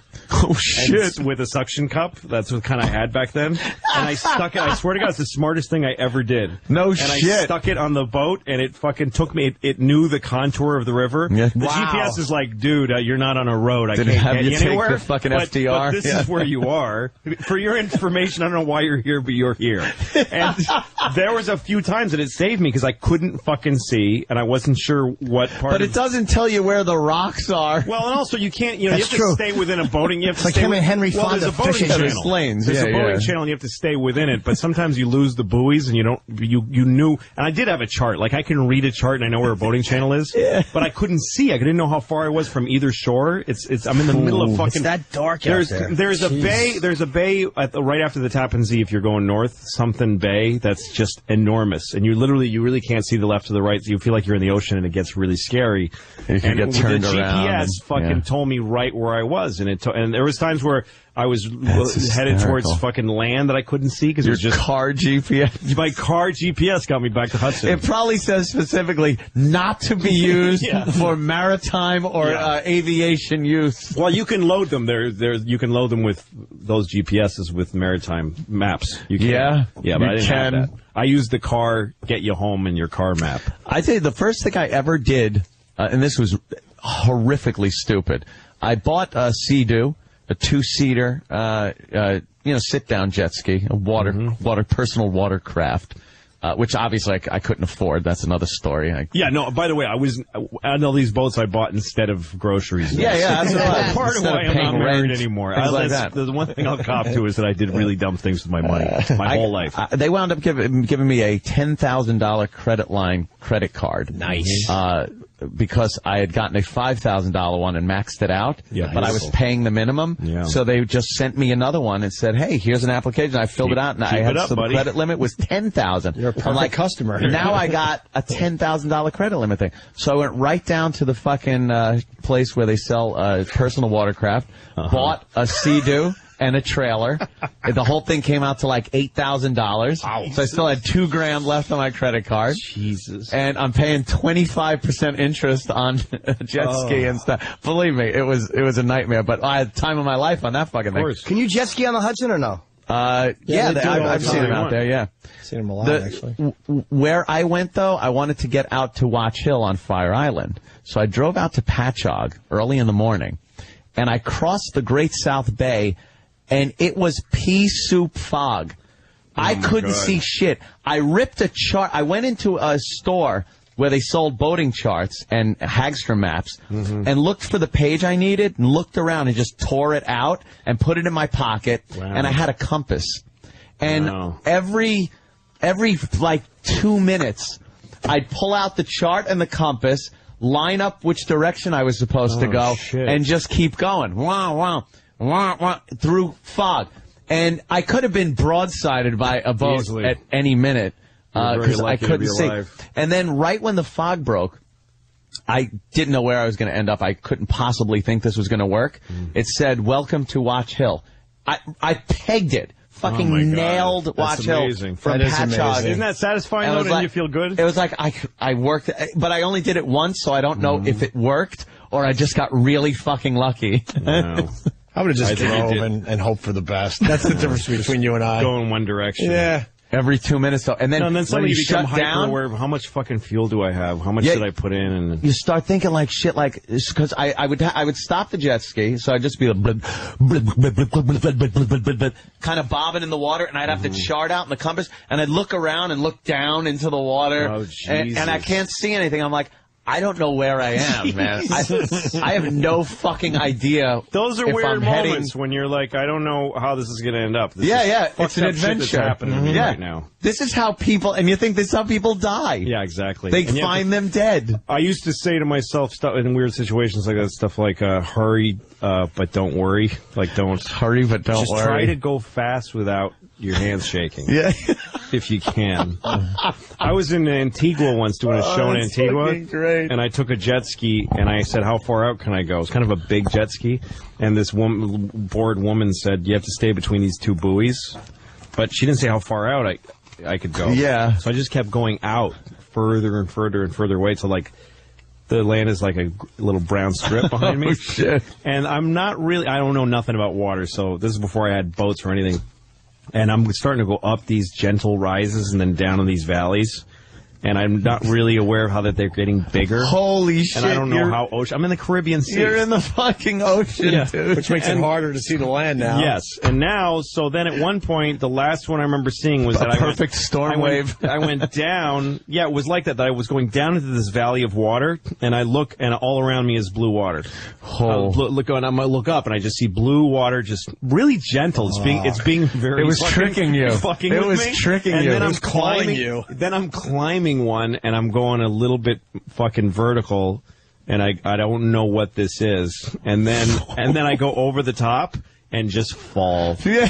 Me and the jet ski just fall in two different people. Holy shit! Hit really hard, and then it all swallows me up. And I'm fucking in huge stinging pain. My elbow, like I fucking injured it, like I just couldn't. And then I come up, and the jet ski's in 3 pieces. Oh, fuck. What did you do? 3 pieces. The seat, the body is bobbing around. The seat is somewhere over there. And then the handlebars, which have foam rubber on them, are going up and down like they're about to sink.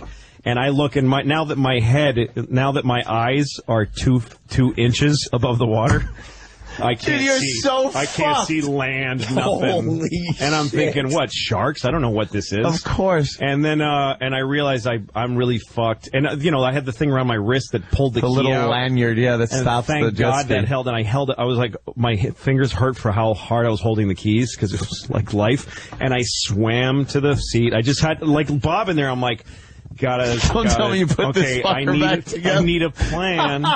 So I swam for the handlebars first.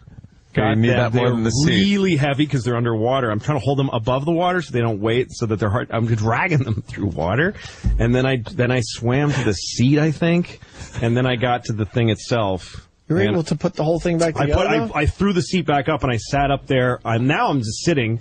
And I'm still going up and down and up and down. It's hard, too, when that thing's not running. It's very hard to keep it level. Yeah, the momentum. It's like a bicycle. Yeah, it's like a bicycle. If you're not moving on a jet ski or a personal watercraft, the thing just wants to tip over and throw you off. But somehow I put the handle. I jiggered the handlebars in there. Oh, please! It's a nice show up until now. Wait, all right. So you didn't need a screwdriver or anything, right? No. There's a gentleman going by on a boat, and I jiggered. Never mind. Yeah. There's no way you got this thing started again. I put it together and put the thing back on the kill switch, and I took a fucking breath. And I hit that ignition. Now the ignition's on the handle. Isn't the ignition on the handlebars? I don't remember how. I don't have to plug something in. It was on the body. It was like on the body underneath the handlebars. Okay. Wait, the kill switch is when your wrist pulls it out. This prevents it from going away. Yeah. Yes. It kills the motor. So I put the kill switch thing back on, and then I just took a breath and said something to myself like there's no. I can't pretend there's a God now. I never thought there was one before. So I'm not going to be a hypocrite and ask for help. I just fucking hope this shit starts. And I'm I think I might be dying today. And I started it, and it started. And I just carefully went up. It was kind of gnarly. Because now you got to go back up one of the waves, right? It wasn't as bad going. I must have hit some like weird a road wave. Because it wasn't as bad once I fell off the thing, and it wasn't as bad going back. It was one of those. My head was fucking burning, and I was also just getting sunburned by the second. Let me tell you something. When I came back, the woman's waiting for me, equally bored, and I didn't say nothing. I just fucking parked it and said, "Got my little license back." It's all broken. So, you know, thank you. Jesus, you didn't even tell her. I didn't tell her. People saying you should be dead. It's easier on a jet ski to hit a wave head on. Right. Where the direction of the wave is coming at you, it's easier to go that way than to go with the wave. With the wave, you will fall off the other side of it. When you're going over a wave and it's coming at you, you jump it. And you kind of have a landing ramp behind the wave where the wave then tapers into water. That's what you're supposed to do. So when you go with the wave, that's when I noticed you fucking...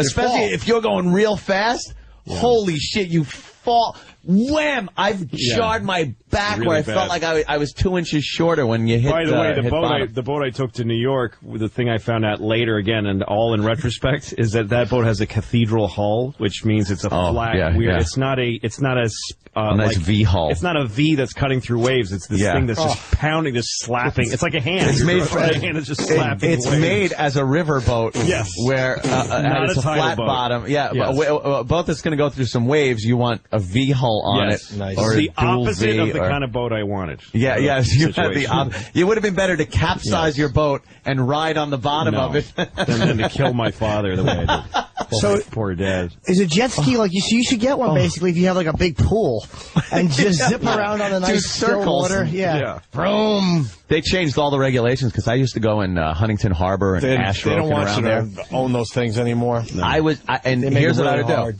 I had a front compartment that was supposed to be for a flare gun and other safety equipment. All that shit went. I'd load it with ice and just throw beers in there and go out into the harbor and just tear it up full throttle, drinking a beer. Yeah. And, the fucking patrol is kind of just going around, but they never bothered the jet ski. They didn't care until... You get a few people that die, and then they put all the regulations in place. And now, from what I hear, you can't even ride there. No, that's the thing. And There's if you can, no wake, no nothing. The way cold beer on a boat by yourself, there's something about that that's just sickly wonderful. It's just great. You're by yourself. You got the power of a boat. It has to be a can of Bud. Like drinking. That's what it was. If you're drinking Italian beers in a bottle, you just sea air, just not the same thing. I've rented a jet ski recently, and the space they said, well, between that buoy, and that, it was unbelievable how awful it was. Just little. Yeah, it wasn't even worth taking the thing out. And they're just waiting to pull those guys over. We jumped boat wakes when they would come in, and now they would fucking lock you up for doing that shit. There'd be a boat coming in. and the boat would like see you wanted to jump a wake, so he'd gun it, Long Island make was a big perfect. wake. You'd come right behind the boat, and that got real dangerous because you couldn't see who was trying to jump the wake from the other side, right. and so many people just collided with each other. People wouldn't look too on jet skis. Like the first thing you're doing, if you're really moving and you want to cut really hard left, look over your left fucking shoulder. Yeah. It's simple. It's like a car. Driving. It's like driving. People would just do it, cut, and wham, just get nailed by somebody else that's coming up on them. So people would actually collide in midair? Yeah, as they were jumping over wakes, they'd come down on top of somebody else. Yeah. It was insanity. Crazy, but it was fun, an adventure. Like Louis said, you never knew if you were going to die that day. No. Let's wrap up. Get the hell out of here. Louis C.K., it's always a pleasure, my friend. Thank you. Nice to be You here. got the Orpheum Theater March 14th in Boston. Sir. Yes, sir. And all sorts of social anything else you want to promote? Cleveland in April. Where's all the dates? On your Facebook? They're on your Twitter, your website? My website's the best place to go because I actually update it. The other things I never fucking do. My LouisCK.com or .net. It's got all my tour dates. I'm shooting another special, either in Milwaukee or Cleveland, whichever one I sell the most tickets at. Right now, Milwaukee's, I sold out at the show, and we're adding a second one. So Milwaukee's kind of a front runner. Nice. Are they a good comedy crowd down there? I did it last year. This place is the Pabst Or over Center, there? Where and the it was fuck are great. they? Over But I'm there, playing yeah. I'm playing the Playhouse in Cleveland. Yeah. It's Is it not the big selling as well. Ragu's place in Milwaukee? Yeah, but Cleveland doesn't. Never go from rags to Cleveland. Last year I sold out, and then I remember because it's not selling well this year. I was Don't like, have whatever. money up there And I right realized now.